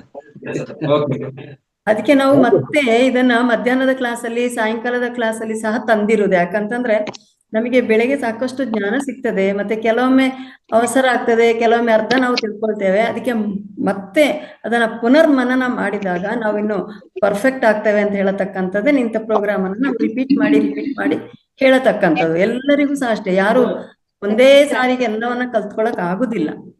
ಥ್ಯಾಂಕ್ ಯು ಸರ್, ತಾವು ಕೇಳಿದ ಪ್ರಶ್ನೆ ಎಲ್ಲರಿಗೂ ಹೆಲ್ಪ್ ಆಯ್ತು. Thank you very much. Thank you sir. Okay Jyoti ma'am. Yes Jyoti ma'am ಮಾತಾಡಿ. ಹಲೋ, ನಮಸ್ತೆ ಮೇಡಮ್. ನಮಸ್ತೆ, ಹೇಳಿ. ಕೇಳಿಸ್ತಿದೆ? ಕೇಳಿಸ್ತಾ ಇದೆ, ಕ್ಲಿಯರ್ ಇದೆ. ಕೇಳಿಸ್ತಿದೆನಾ? ಕೇಳಿಸ್ತಿದೆ, ಮಾತಾಡಿ. ನೆಟ್ವರ್ಕ್ ಸಿಗ್ತಾ ಇಲ್ಲ ಮೇಡಮ್, ಅದಕ್ಕೆ. ಇಲ್ಲ, ಕರೆಕ್ಟ್ ಇದೆ, ಕೇಳ್ತಾ ಇದೆ, ಈಗ ಮುದ್ರೆ ಎಲ್ಲ ಇದೆ ಅಲ್ಲ ಮೇಡಮ್? ಮುದ್ರೆ ಇದೆ ಅಲ್ಲ ಮೇಡಮ್, ಇದು ಊಟ ಆದ್ಮೇಲೆ ಖಾಲಿ ಹೊಟ್ಟೆಗೆ ಮಾಡ್ಬೇಕಾ ಇನ್ನು ಊಟ ಆದ್ಮೇಲೆ ಮಾಡ್ಬೋದಾ? Very good question. ಹೇಳಿ ಸರ್, ವೆಂಕಟರಮಣ ಸರ್. ಹೇಳ್ತೀನಿ ಮೇಡಮ್. ಊಟ ಮಾಡುವಂತ ಕೆಲವು ಮುದ್ರೆಗಳು ಊಟ ಮಾಡೋ ಮುಂಚೆನೆ ಮಾಡ್ಬೇಕು. ಕೆಲವು ಮುದ್ರೆಗಳು ಊಟ ಮಾಡಿ ಯಾರು ಮಾಡಲ್ಲ. ಯಾಕಂದ್ರೆ ಮುದ್ರೆ ಇಟ್ಕೊಂಡು ಕೂತ್ಕೊಂಡ್ರೆ ನಿದ್ದೆ ಬರ್ತದೆ. ನಾವು ನಿದ್ದೆ ಮಾಡ್ತೀವ ಇಲ್ಲ ಮುದ್ರೆ ಮಾಡ್ತೀವ ಅಂತ ನಮ್ಗೆ ಗೊತ್ತಾಗಲ್ಲ.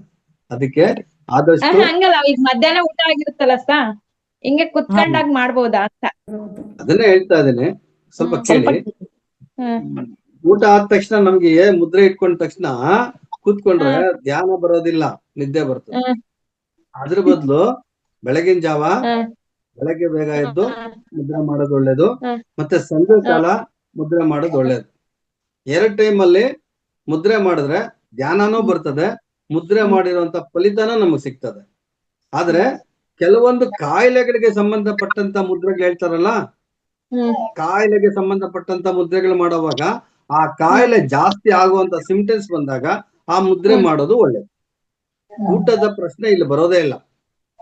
ಕಾಯಿಲೆಗಳಿಗೆ ಸಂಬಂಧಪಟ್ಟಂತೆ, ಬಾಧೆಗೆ ಸಂಬಂಧಪಟ್ಟಂತೆ ಮಾಡುವಂತ ಸಮಯದಲ್ಲಿ ಆ ಮುದ್ರೆಗಳನ್ನ, ಆ ಬಾಧೆ ಇವಾಗ BP ಜಾಸ್ತಿ ಆಗ್ಬಿಟ್ಟಿದೆ, ಇಲ್ಲ ತಲೆ ಸುತ್ತು ಬಿದ್ದೋಗುವಂತ ಸಮಯ ಬಂದಿದೆ, ಇಲ್ಲ ಮೂಚೆ ಬರ್ತಾ ಇದೆ, ಇಂಥ ಸಮಯದಲ್ಲಿ ಅದಕ್ಕೆ ಕೆಲವೊಂದು ಮುದ್ರೆಗಳನ್ನ ತೋರಿಸ್ಕೊಟ್ಟಿದ್ದಾರೆ. ಆ ಮುದ್ರೆ ಆ ಸಮಯದಲ್ಲಿ ಮಾಡಿದ್ರೆ ಒಳ್ಳೇದು. ಇಲ್ಲ ಅಂದ್ರೆ ನಮಗೆ ಪ್ರತಿದಿನ ಪ್ರಾಕ್ಟೀಸ್ಗಾದ್ರೆ ಬೆಳಗ್ಗೆ ಸಂಜೆ ಒಳ್ಳೇದು. ಇನ್ನೊಂದು ಸರ್, ಈಗ ಮುದ್ರೆ ನನಗೆ ಹೆಲ್ತಿಗೆ ಒಂದ್ 5-6 ಮುದ್ರೆ ಮಾಡ್ಬೇಕಾಗುತ್ತೆ. ಅದು ಒಂದೇ ಟೈಮಲ್ಲಿ ಕುತ್ಕೊಂಡು 5-5 ನಿಮಿಷ ಮಾಡ್ಕೊಂತ ಹೋಗ್ಬೇಕಾ ಹೇಗೆ? ಈಗ BP-ಗೆ, ಗ್ಯಾಸ್ಟ್ರಿಕ್ಕಿಗೆ ಮತ್ತೆ ಶೋಲ್ಡರ್ ಪೇನ್ಗೆ 3-4 ಬೇಕು ಅಂದಾಗ ಕಂಟಿನ್ಯೂ ಆಗಿ ಒಂದ್ ಮುದ್ರೆ ಆದ್ಮೇಲೆ ಹಿಂಗ್ ಮಾಡ್ತಾ ಹೋಗ್ಬೇಕು? ಟೈಮ್ ಗ್ಯಾಪ್ ಬಹಳ ಬಿಡ್ಬೇಕಂತ ಗೊತ್ತಾಗಿಲ್ಲ. ಅದಕ್ಕೆ ಫಸ್ಟ್ ಯೋಗ ಮಾಡಿ, ಯೋಗ ಮಾಡಿದಾಗ ಆ ರೋಗ ಹೋಗುತ್ತೆ. ಆಮೇಲೆ ಮುದ್ರೆ ಮಾಡಿದ್ರೆ ಒಳ್ಳೆ ಫಲಿತ ಸಿಗ್ತದೆ. ಬರೀ Thank you. ಮುದ್ರೆಯಿಂದಾನೇ ಹೋಗೋದಿಲ್ಲ, ಯೋಗ ಮಾಡಿ. ಯೋಗ ಮಾಡಿದಾಗ ಕಂಪ್ಲೀಟ್ ಆ ಒಂದು ಕಾಯಿಲೆ ರೋಗ ಹೋಗುತ್ತೆ. ಅದೇನ್ ಹೇಳ್ತಾರೆ, ಯೋಗ ಮಾಡಿದ್ರೆ ರೋಗ ಹೋಗುತ್ತೆ ಅಂತ. ಆ ರೀತಿ ಅದೊಟ್ಟೋಗ್ತದೆ. ಅದರಿಂದ ಇನ್ನ ಬೆನಿಫಿಟ್ ಬರ್ಬೇಕಾದ್ರೆ ಮುದ್ರೆ ಮಾಡಿದ್ರೆ ಒಳ್ಳೇದು. ಸರಿ sir, okay sir, thank you sir. ಅವರಿಗೆ ಮತ್ತೊಂದು ಅಂಶವನ್ನು ಮತ್ತೊಂದು ಅಂಶವನ್ನ ಹೇಳಿ, ನೀವು ಯಾವುದೇ ಮುದ್ರೆಯನ್ನ ಮಾಡಿ ಕೊನೆಗೆ ನೀವು ಪ್ರಾಣ ಮುದ್ರೆಯನ್ನ ಮಾಡಿನೇ ಮುಗಿಸ್ಬೇಕು. ಪ್ರಾಣ ಮುದ್ರೆ ಕೊನೆಗೆ ಮಾಡ್ಲೇಬೇಕು, ಅದು ಕಂಪಲ್ಸರಿ. ಪ್ರಾಣ ಮುದ್ರೆ ಗೊತ್ತಲ್ವಾ? ಹಾ ಮೇಡಮ್. ಅದನ್ನ ಮಾಡ್ಲೇಬೇಕು. ಎಲ್ಲ ಮುದ್ರೆ ಆದ್ಮೇಲೆ ಅದನ್ನ ಮಾಡಿನೇ ನೀವು ಎಂಡ್ ಮಾಡ್ಬೇಕು. ಓಕೆ ಮಾಸ್ಟರ್ಸ್, ಲಿಂಕ್ ಅನ್ನು ಶೇರ್ ಮಾಡಿದ್ದಾರೆ. ದಯಮಾಡಿ ಚಾಟ್ ಬಾಕ್ಸ್ಗೆ ಹೋಗಿ ಓಪನ್ ಮಾಡಿ, ಅದಕ್ಕೊಂದು ಲೈಕ್ ಕೊಡಿ, ಅದಕ್ಕೊಂದು ಕಾಮೆಂಟ್ ಮಾಡಿ. ಆ ನಂತರ ಇದೆರಡು ಕೆಲಸ ಆದ್ಮೇಲೆ ಎಸ್ ಅಂತ ಹೇಳ್ತಕ್ಕಂತಹ ಒಂದು ಮೆಸೇಜ್ ಅನ್ನ ಹಾಕಿ ದಯಮಾಡಿ. Okay, Gauri madam hand raise ಮಾಡಿದ್ದಾರೆ, ಮಾತಾಡಿ ಮ್ಯಾಮ್. ನಮಸ್ತೆ ರೇವತಿ ಮೇಡಮ್. ನಮಸ್ತೆ ಮೇಡಮ್. ಎಲ್ಲ ಮಾಸ್ಟರ್ಸ್ ಜ್ಞಾನಾರ್ಜಿಕೆ ಚೆನ್ನಾಗಿ ಮಾಡ್ಕೊಂಡ್ರು, ಅದ್ರ ಬಗ್ಗೆ ನಂದೇನು ಪ್ರಶ್ನೆ ಇಲ್ಲ. ಬಟ್ ಲಾಸ್ಟ್ ವೀಕ್ ಒಬ್ರು ಪ್ರಶ್ನೆ ಕೇಳಿದ್ರು ಮೇಡಮ್ ನನಗೆ, ಏನಂತ ಹೇಳಿದ್ರೆ ನರಹುಲಿ ಆಗುತ್ತಲ್ಲ, ಅದಕ್ಕೆ ಯಾವ ನೆಟ್ವರ್ಕ್ ಇಶ್ಯೂ ಇದೆ, ನೆಟ್ವರ್ಕ್ ಇಶ್ಯೂ ಆಗ್ತಾ ಇದೆ. ಹೇಳಿ ಮ್ಯಾಮ್. ಈಗ ಕೇಳಿಸ್ತಿದೆ ಮೇಡಮ್? ಸಾಧಾರಣವಾಗಿ ಕೇಳ್ತಾ ಇದೆ, ಹೇಳಿ ನೋಡು ಅರ್ಥ ಆಗ್ತದ ಅಂತ. ಹಾ ಹೇಳಿ ಹೇಳಿ. ನನಗೆ ನರಹುಲಿ ಆದ್ರೆ ಅದಕ್ಕೆ ಏನು ಮೆಡಿಸಿನ್, ಇದು ಮುದ್ರೆ ಯಾವ್ದು ಅಂತ ನನಗೆ ಕೇಳಿದ್ರು ಒಬ್ರು ಮಾಸ್ಟರ್ ಮೇಡಮ್.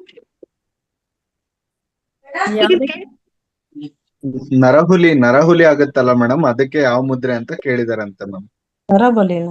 ನರಹುಲಿ ಅಂದ್ರೆ ಎಕ್ಸ್ಪ್ಲೈನ್ ಮಾಡ್ಬೇಕಾಗುತ್ತೆ. ನರಹುಲಿ ಏನು ಅರ್ಥ ಆಯ್ತಾ?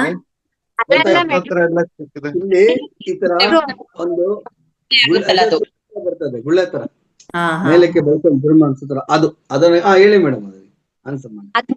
ಕೇಳಿದ್ರು ಕ್ವಶನ್, ಅದಕ್ಕೆ ಏನು ಮೇಡಮ್ ಪರಿಹಾರ ಮತ್ತೆ ಮುದ್ರೆ ಯಾವ್ದ್ ಮಾಡ್ಬೇಕಂತ ನನಗೆ ಕೇಳಿದ್ರು ಸರ್. ಹೇಳಿದ್ದೆ, ಅವ್ರಿಗೆ ಉತ್ತರ ಹೇಳಿಕ್ಕಾಗಿ ನಾನು ಹ್ಯಾಂಡ್ ರೈಸ್ ಮಾಡಿದೆ. ಹೇಳಿ ಮೇಡಮ್, ಯಾವ ಮುದ್ರೆ? ಸೊ ಅವ್ರಿದ್ರೆ ಕೇಳಿಸ್ಕೊಳ್ಳಿ. ಆಕ್ಚುಲಿ ನರಹುಲಿ ಬರೋದು ವೈರಸ್ ಇಂದ ಬರೋದು ಅಂತ ಅಂದ್ಬಿಟ್ಟು ನನಗೆ ಮಾಹಿತಿ ಸಿಕ್ತು ಸರ್. ಸೊ ವೈರಸ್ ಅನ್ನ ಹೋಗ್ಲಾಡಿಸ್ಲಿಕ್ಕೆ ಪರ್ಟಿಕ್ಯುಲರ್ ಮುದ್ರೆ ಅಂತ ಏನು ಇಲ್ಲ. ನಾವು ಯಾವುದೇ ಬಾಡಿಯಿಂದ ವೈರಸ್ ಹೋಗ್ಬೇಕು ಅಂತ ಹೇಳಿದ್ರೆ ನಮ್ಗೆ ಅತ್ಯುತ್ತಮವಾದ ಮುದ್ರೆ ಅಂತ ಹೇಳಿದ್ರೆ ಪ್ರಾಣ ಮುದ್ರೆ ಒಂದೇ.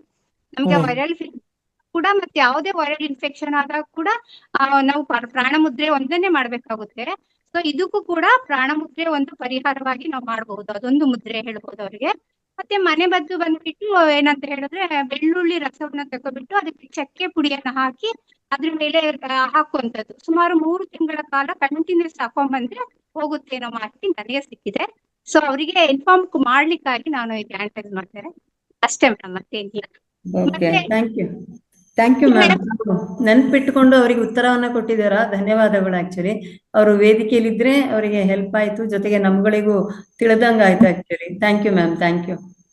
ಅಷ್ಟೇ ಮೇಡಮ್, ಈಗ ಕೇಳಿದ್ರಲ್ಲ ಊಟ ಆದ ತಕ್ಷಣ ಮಾಡ್ಬೋದಾ ಮುದ್ರೆನ? ಎಸ್. ಏನಾಗುತ್ತೆ ಗೊತ್ತಾ ಮೇಡಮ್, ಊಟ ಆದ ತಕ್ಷಣ ಕೆಲವು ಈಗ ಅಪಾನ ವಾಯು ಮುದ್ರೆ ಇದೆಯಲ್ಲ, ಅದು ಆಕ್ಚುಲಿ ತಕ್ಷಣ ಮಾಡಿದ್ರೆ ತುಂಬಾ ಬೆನಿಫಿಟ್ ಸಿಗುತ್ತೆ ನಮ್ಗೆ, ಡೈಜೆಷನ್ ಚೆನ್ನಾಗಾಗುತ್ತೆ. ಓಕೆ, ನಾವು ಊಟ ಆದ ತಕ್ಷಣ ಮಾಡಬಾರ್ದು, 1/2 hour ಅಥವಾ 3/4 ಗಂಟೆ ಬಿಟ್ಟು ಮಾಡಬಹುದು. Thank you ma'am, thank you. ಊಟ ಮಾಡಿದ ತಕ್ಷಣ ಮಾಡಿದ್ರೆ ನಿದ್ದೆ ಚೆನ್ನಾಗಿ ಬರ್ತದೆ. Okay okay, thank you sir, thank you ma'am, thank you. Sahana ಮ್ಯಾಮಿಗೆ ಕೊಡಿ. ಕೊಟ್ಟಿದ್ದೀನಿ ಮೇಡಮ್. ಓಕೆ, ಮಾತಾಡಿ ಮ್ಯಾಮ್. ಅದೇ ನಾನೇ ಮ್ಯಾಮ್ ಆ ಕ್ವಶನ್ ಕೇಳಿದ್ದು. ಓ ಸರಿ, ಉತ್ತರ ಸಿಕ್ತು ಅಂದ್ಕೊಂಡಿದಲ್ಲ? Ma'am thanks. Okay okay okay. ಪ್ರಾಣ ಮುದ್ರೆ ಅಂದ್ರೆ ಗೊತ್ತಲ್ಲ ನಿಮಗೆ ಯಾವುದು ಅಂತ? ಮ್ಯಾಮ್ ಅದು ಪಿಕ್ ಹಾಕ್ತೀನಿ ಬಿಡಿ ಮ್ಯಾಮ್ ನಾನು ಚಾಟ್ ಬಾಕ್ಸ್ ಅಲ್ಲಿ. Okay okay okay, thank you thank you. Revathi madam, yes. ಅವಾಗ್ಲೇ ಒಬ್ರು ಸೂರ್ಯ ಮುದ್ರೆ ಮತ್ತೆ ಇದು ಹಿಂದೆ ಸೂರ್ಯ ಮುದ್ರೆ ಅವ್ರಿಗೆ ತೋರಿಸ್ಬಿಡ್ತೀನಿ ನಾನು, ಅಂದ್ರೆ ಮತ್ತೆ ಕನ್ಫ್ಯೂಷನ್ ಮಾಡ್ಕೊಳ್ಳೋದು ಬೇಡ. ಇದ್ರ ಬಗ್ಗೆ ಬೇಕಂದ್ರೆ ಇನ್ನೊಂದ್ಸಲ ಹೇಳುವ. ಸೂರ್ಯ ಮುದ್ರೆ ಇದು ಎರಡನೇದ್ ನಮ್ದು ಉಂಗುರ ಬೆರಳು ಇರುತ್ತೆ ಅಲ್ವಾ, ಅದು ಕೆಳಗಡೆ ಅದರ ಮೇಲೆ ನಮ್ದು ಹೆಬ್ಬೆರಳು ಕೂತ್ಕೋಬೇಕು. ಮತ್ತೆ ಇವು 3 ಬೆರಳುಗಳು ಕಿರುಬೆರಳು ಈ ಸೈಡು ಈ ತರ ಸ್ಟ್ರೇಟ್ ಆಗಿ ನಿಲ್ಲುತ್ತೆ. ಇದು ಸೂರ್ಯ ಮುದ್ರೆ ಆಗುತ್ತೆ ಅಂತ ಹೇಳಿ ಅವ್ರು 2 ಅದೇ ಒಂದಿನ ಅಂತ ಕೇಳಿದ್ದಕ್ಕೆ ಇದು ಒಂದೇ answer. Okay okay, thank you ma'am. Thank you Shailaja ma'am. Raju sir hand raise ಮಾಡಿದ್ದಾರೆ. ರಾಜು ಸರ್ ಅನ್ಮ್ಯೂಟ್ ಮಾಡ್ಕೊಳ್ಳಿ ಸರ್. ಹಾ, ಮಾತಾಡಿ ಸರ್. ಎಲ್ಲ ಆತ್ಮ ಧ್ಯಾನಿಗಳು ನಮಸ್ಕಾರಗಳು. ನಮಸ್ಕಾರ. 3 ಮುದ್ರೆಗಳನ್ನು ಮಾಡಿದ ನಂತರ ಮೇಡಮ್ ಇದನ್ನ ಪ್ರಾಣ ಮುದ್ರೆ 5 ನಿಮಿಷ ಮಾಡ್ಬೇಕಂತ. ಹಾ ಸರ್, ಜಾಸ್ತಿ ಮಾಡಿದ್ರು ಒಳ್ಳೇದೇ. ಆದ್ರೆ ಯಾವುದೇ ಮುದ್ರೆಯನ್ನ ಮಾಡಿದ ಮೇಲೆ ಕೊನೆಯಲ್ಲಿ ಪ್ರಾಣ ಮುದ್ರೆಯನ್ನ ಮಾಡ್ಲೇಬೇಕು. ನೀವು 5 ನಿಮಿಷ ಆದ್ರೂ ಮಾಡಿ, 10 ನಿಮಿಷ ಆದ್ರೂ ಮಾಡಿ, ಆದ್ರೆ ಅದನ್ನ ಮಾಡದೆ ಎದ್ದೇಳಬಾರದು. ಅದನ್ನ ಮಾಡಿದ್ರೆ ಮಾತ್ರ ನಿಮ್ಮ ಮುದ್ರೆಗಳೆಲ್ಲ ಪೂರ್ಣ ಅಂತ ಹೇಳತಕ್ಕಂಥದ್ದು, ಪರಿಪೂರ್ಣ. ರಾಜು ಸರ್, ಪ್ರಾಣ ಮುದ್ರೆ ನಮ್ಮ ಮುದ್ರೆಗಳಿಗೆ ಶಕ್ತಿ ಕೊಡ್ತದೆ. ಈಗ ನಾವು 20 ನಿಮಿಷ ನಾವು ಒಂದು ಮುದ್ರೆ ಮಾಡಿದ್ರಿ. ಈಗ ಸೂರ್ಯ ಮುದ್ರೆನೆ ಮಾಡಿದ್ರಿ ಅಂತ ತಿಳ್ಕೊಳ್ಳಿ, ಅದೇ ಅಗ್ನಿ ತತ್ವದ್ದು. ಆಮೇಲೆ ನಾವು 5 ನಿಮಿಷ ಈಗ ಪ್ರಾಣ ಮುದ್ರೆ ಮಾಡ್ಬೇಕಾಗತ್ತೆ. ಯಾಕಂದ್ರೆ ಜಲತತ್ವ ಮತ್ತು ಭೂತತ್ವವನ್ನು ಹೊಂದಿರುವಂತ ಈ ಪ್ರಾಣ ಮುದ್ರೆ ಆಕಾಶ ಮುದ್ರೆ ಮಾಡಿದಾಗ ಅದಕ್ಕೆ ಬ್ಯಾಲೆನ್ಸ್ ಬರ್ತದೆ, ಅದಕ್ಕಿನ್ನ ಶಕ್ತಿ ಬರ್ತದೆ ಅಂತ. ಬ್ಯಾಲೆನ್ಸ್ ಅಂದ್ರೆ ಅದಕ್ಕಿನ್ನ ಶಕ್ತಿ ತುಂಬುತ್ತದೆ ಅಂತ. ಈ ಪ್ರಾಣ ಮುದ್ರೆ ಬಂದು ಭೂತತ್ವ ಮತ್ತು ಜಲತತ್ವ ಎರಡೂ ಹೊಂದಿರುವಂತದ್ದು. ಈಗ ಯಾವುದೇ ಮುದ್ರೆ ಮಾಡ್ಲಿ ಅದಕ್ಕೆ ಇದು ಬೇಸ್ಮೆಂಟ್ ಇದ್ದಂಗೆ ಇರ್ತದೆ. ಅದಕ್ಕೆ ಪ್ರತಿಯೊಂದ್ ಸರಿನು ಗುರುಜಿಗಳು ಏನ್ ಹೇಳ್ತಾರೆ, ಯಾವ ಮುದ್ರೆನ ಮಾಡ್ಲಿ ಅದ್ರ 5 ನಿಮಿಷ ಒಂದು ಪ್ರಾಣ ಮುದ್ರೆ ಮಾಡಿ. ಅಂದ್ರೆ ನಾವು ಒಂದು 20 ನಿಮಿಷ ಮಾಡಿದ್ರೆ ಇದೊಂದು 5 ನಿಮಿಷ ಮಾಡ್ಬೇಕು. 4ನೇ ಒಂದು ಭಾಗ ಮಾಡಿದ್ರೆ ತುಂಬಾ ಒಳ್ಳೇದು. ಅದನ್ನ ಪ್ರಾಕ್ಟೀಸ್ ಮಾಡ್ಕೊಂಡ್ರು ಚೆನ್ನಾಗಾಗುತ್ತೆ. Okay, thank you sir. Thank you very much. Thank you sir, thank you. Next ಯಾರಾದ್ರೂ ಪ್ರಶ್ನೆಗಳಿದೆಯಾ? ಎಸ್ ಮೇಡಮ್, ಒಂದು ಪ್ರಶ್ನೆ ಇದೆ ಮ್ಯಾಮ್. ಹೇಳಿ ಮ್ಯಾಮ್, ನಿಮಗೂ ಅವಕಾಶ ಇದೆ. ಕೋ ಹೋಸ್ಟ್ ಆದ್ರೂ ನಿಮಗೂ ಪ್ರಶ್ನೆ ಕೇಳಲಿಕ್ಕೆ ಅಧಿಕಾರ ಇದೆ, ಕೇಳಿ ತಿಳ್ಕೊಳ್ಳೋಣ. ಎಸ್, ಈ 3 ಜನ ಮಾಸ್ಟರ್ ಅಲ್ಲಿ ಯಾರಾದ್ರೂ ಹೇಳ್ಬೋದು. ನನ್ 3:45 ಎದ್ದಿರ್ತೀನಿ. ಈ ನಿಮ್ ಲಾಸ್ಟ್ ಟೈಮಿಗೆ ಫುಲ್ಲು ನಿದ್ದೆ ಎಳಿತಾ ಇರುತ್ತೆ ನನ್ಗೆ. ಎಂತ ನಿದ್ದೆ ಅಂತಂದ್ರೆ ಈ ಧ್ಯಾನ ಮಾಡ್ತಾನೆ ಫುಲ್ ನಿದ್ದೆಗೆ ಹೋಗ್ಬಿಡ್ತೀನಿ. ಕಂಟ್ರೋಲ್ ಮಾಡಕ್ಕೆ ಆಗಲ್ಲ. ಹೌದು, ಮೊನ್ನೆ ದಿನ ನಿಮ್ಮನ್ನ ಕರೆದ್ರೆ ನೀವು ನಿದ್ದೆ ಮಾಡಿದ್ರಿ. ನಾನು ನಿದ್ರೆ ಮಾಡಿದ್ದಾರೆ ಅಂತ ಹೇಳಿ ಮತ್ತೆ ಸಂಪನ್ನಗೊಳಿಸಿದೆ. ಎಸ್ ಮೇಡಮ್, ನಿದ್ರೆ ಯಾಕೆ ಬರ್ತದೆ ಅಂತ ಹೇಳತಕ್ಕಂಥದ್ದು ಅಥವಾ ಯಾವ ಮುದ್ರೆಯನ್ನ ಮಾಡ್ಬೇಕು ಅಂತನಾ? Yes madam. ಮಾಡೋದಕ್ಕ ನಿದ್ದೆ ಬರ್ದೇ ಇರೋದಕ್ಕ ಅವ್ರಿಗೆ ನಿದ್ರೆ ಜಾಸ್ತಿ, ನಿದ್ರೆ ಜಾಸ್ತಿ ಆಗಿದೆ, ನಿದ್ರೆ ಮಾಡ್ಬಿಡ್ತಾರೆ. ಕೋ ಹೋಸ್ಟ್ ಇದಾರೆ, ಎಂಡಿಗೆ ಧ್ಯಾನ ಮಾಡ್ತಾ ಇದ್ದೇವಲ್ಲ ಇವಾಗ. ಕೋ ಹೋಸ್ಟ್ ಗೆಸ್ಟ್ ಗಳಿಗೆ ಥ್ಯಾಂಕ್ ಯು ಹೇಳಿ, ನಮ್ಮ ವೇದಿಕೆಗೆ ಥ್ಯಾಂಕ್ ಯು ಅಂದ್ರೆ ನಿದ್ರೆ ಇರ್ತಾರೆ. ನನಗೆ ಅಂದಾಜಾಗುತ್ತೆ, ಓ ಇವ್ರ ವಾಯ್ಸ್ ಬಂದಿಲ್ಲ, ನಿದ್ರೆ ಮಾಡ್ಬಿಟ್ಟಿದ್ದಾರೆ ಅಂತ. ಅದನ್ನ ಅವ್ರು ಕೇಳ್ತಾ ಇದ್ದಾರೆ. ಒಂದ್ ಹೇಳ್ತೀನಿ ಇದಕ್ಕೆ. ಈಗ ನಮ್ಮ ದೇಹ ದಣದಿರ್ತದೆ. ದಣದಿರುವಂತಾಗ ಅದಕ್ಕೆ ನಾವು ತುಂಬಾ ಶ್ರಮ ಆಗಿದೆ ಅಂತ ವಿಶ್ರಾಂತಿ ಕೊಡ್ಬೇಕು.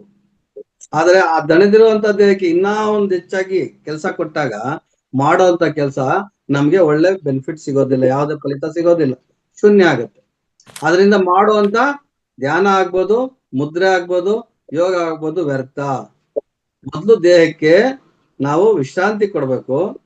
ವಿಶ್ರಾಂತಿ ಆದ್ಮೇಲೆ ದೇಹ ನಮ್ಗೆ ಚಾಲನೆ ಬರ್ತದೆ, ಅದಕ್ಕೆ ಶಕ್ತಿ ಬರ್ತದೆ. ಆಮೇಲೆ ನಾವು ಯಾವುದೇ ಮುದ್ರೆ ಆಗ್ಲಿ, ಯೋಗ ಆಗ್ಲಿ ಮಾಡಿದ್ರೆ, ಧ್ಯಾನ ಆಗ್ಲಿ, ಸಂಪೂರ್ಣವಾಗಿ ನಾವು ಅದನ್ನ ಬೆನಿಫಿಟ್ ತಗೋಬಹುದು.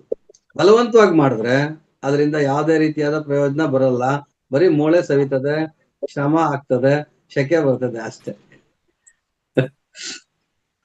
Okay madam? ಇಲ್ಲ ಸರ್, ನನಗೆ 11:30ವರೆಗೂ ನನಗೆ ನಿದ್ದೆ ಬರಬಾರ್ದು. ಅದಕ್ಕೆ ಏನಾರು ಒಂದ್ ಮುದ್ರೆ ಹೇಳ್ಕೊಡಿ ಸರ್ ನನ್ಗೆ. 11:30ವರೆಗೂ ನಿದ್ರೆ ಬರಬಾರ್ದು. ನಿದ್ದೆ ಬರೋದಕ್ಕೆ ಎಲ್ಲರ ಮುದ್ರೆ ಕೇಳ್ತಾರೆ, ನೀವೇ ನಿದ್ರೆ ಬರ್ಬೇಕು ಅಂತ ಮುದ್ರೆ ಕೇಳ್ತಾರೆ. ಅಲ್ಲ, ಒಂದೇನಂದ್ರೆ ಇಲ್ಲಿ ಆಕ್ಚುಲಿ ಪ್ರಾಣ ಮುದ್ರೆ ಮಾಡಿದ್ರೆ ನಿಮಗೆ ಒಂದ್ ವೇಳೆ ನಿಮಗೆ ನಿದ್ರೆ ಯಾವುದಕ್ಕೆ ಬರ್ತಾ ಇದೆ ಅದನ್ನ ನೀವು ಅಬ್ಸರ್ವ್ ಮಾಡ್ಬೇಕಾಗುತ್ತದೆ. ಒಂದ್ ವೇಳೆ ನಿಮಗೆ, ನೀವು ಮೊದ್ಲೇ ತೋಟದಲ್ಲಿ ಹೋಗಿ ಕೆಲಸ ಮಾಡತಕ್ಕಂಥವ್ರು, ಸಾಕಷ್ಟು ಮಾಡತಕ್ಕಂಥವ್ರು, ಆಯಾಸ ಆದಂತಹ ಪಕ್ಷದಲ್ಲಿ ಪ್ರಾಣ ಮುದ್ರೆ ಮಾಡಿದ್ರು ಸಹ ನಿಮಗೆ ಸಾಕಷ್ಟು ನಿಮ್ಮ ಆಯಾಸ ಹೋಗುತ್ತೆ. ಅದನ್ನು ಮಾಡಿಕೊಂಡು ನೀವು ನೋಡಿ, ಪ್ರಯತ್ನ ಮಾಡಿ. ಓಕೆ, ಇಲ್ಲ ಮೇಡಮ್, ಸಂಪೂರ್ಣವಾಗಿ ಧ್ಯಾನಸ್ಥರಾದ್ರೆ, ಪರಿಪೂರ್ಣವಾಗಿ ನಾವು ಆಜ್ಞಾ ಚಕ್ರನ ತಲುಪಿಸಿದ್ರೆ ನಮ್ಗೆ ನಿದ್ದೆ ಕಮ್ಮಿ ಆಗುತ್ತೆ. ಅದಕ್ಕೆ ಪ್ರಯತ್ನ ಮಾಡಿ. ಮತ್ತೆ ಆಜ್ಞಾ ಚಕ್ರಕ್ಕೆ ತಲುಪಿ ನಿಮ್ಗೆ ನಿದ್ದೆ ಕಂಪ್ಲೀಟ್ ಆಗಿ ಕಮ್ಮಿ ಆಗುತ್ತೆ. ಪ್ರಾಣ ಮುದ್ರೆಯಲ್ಲಿ ನಿಮ್ಗೆ ಇದಕ್ಕೆ ಶರೀರಕ್ಕೆ ಚೈತನ್ಯ ಕೊಡುತ್ತೆ. ಆಕ್ಚುಲಿ ನಮಗೆ ಬೇಕಂತ ನ್ಯೂಟ್ರಿಯೆಂಟ್ಸ್ ಏನಿದೆಲ್ಲ ಅದನ್ನ ಸಹ ಕಾಪಾಡ್ಕೊಳ್ಳುತ್ತೆ. ರೋಗ ನಿರೋಧಕ ಸಹ ಶಕ್ತಿ ಅದರಲ್ಲಿದೆ.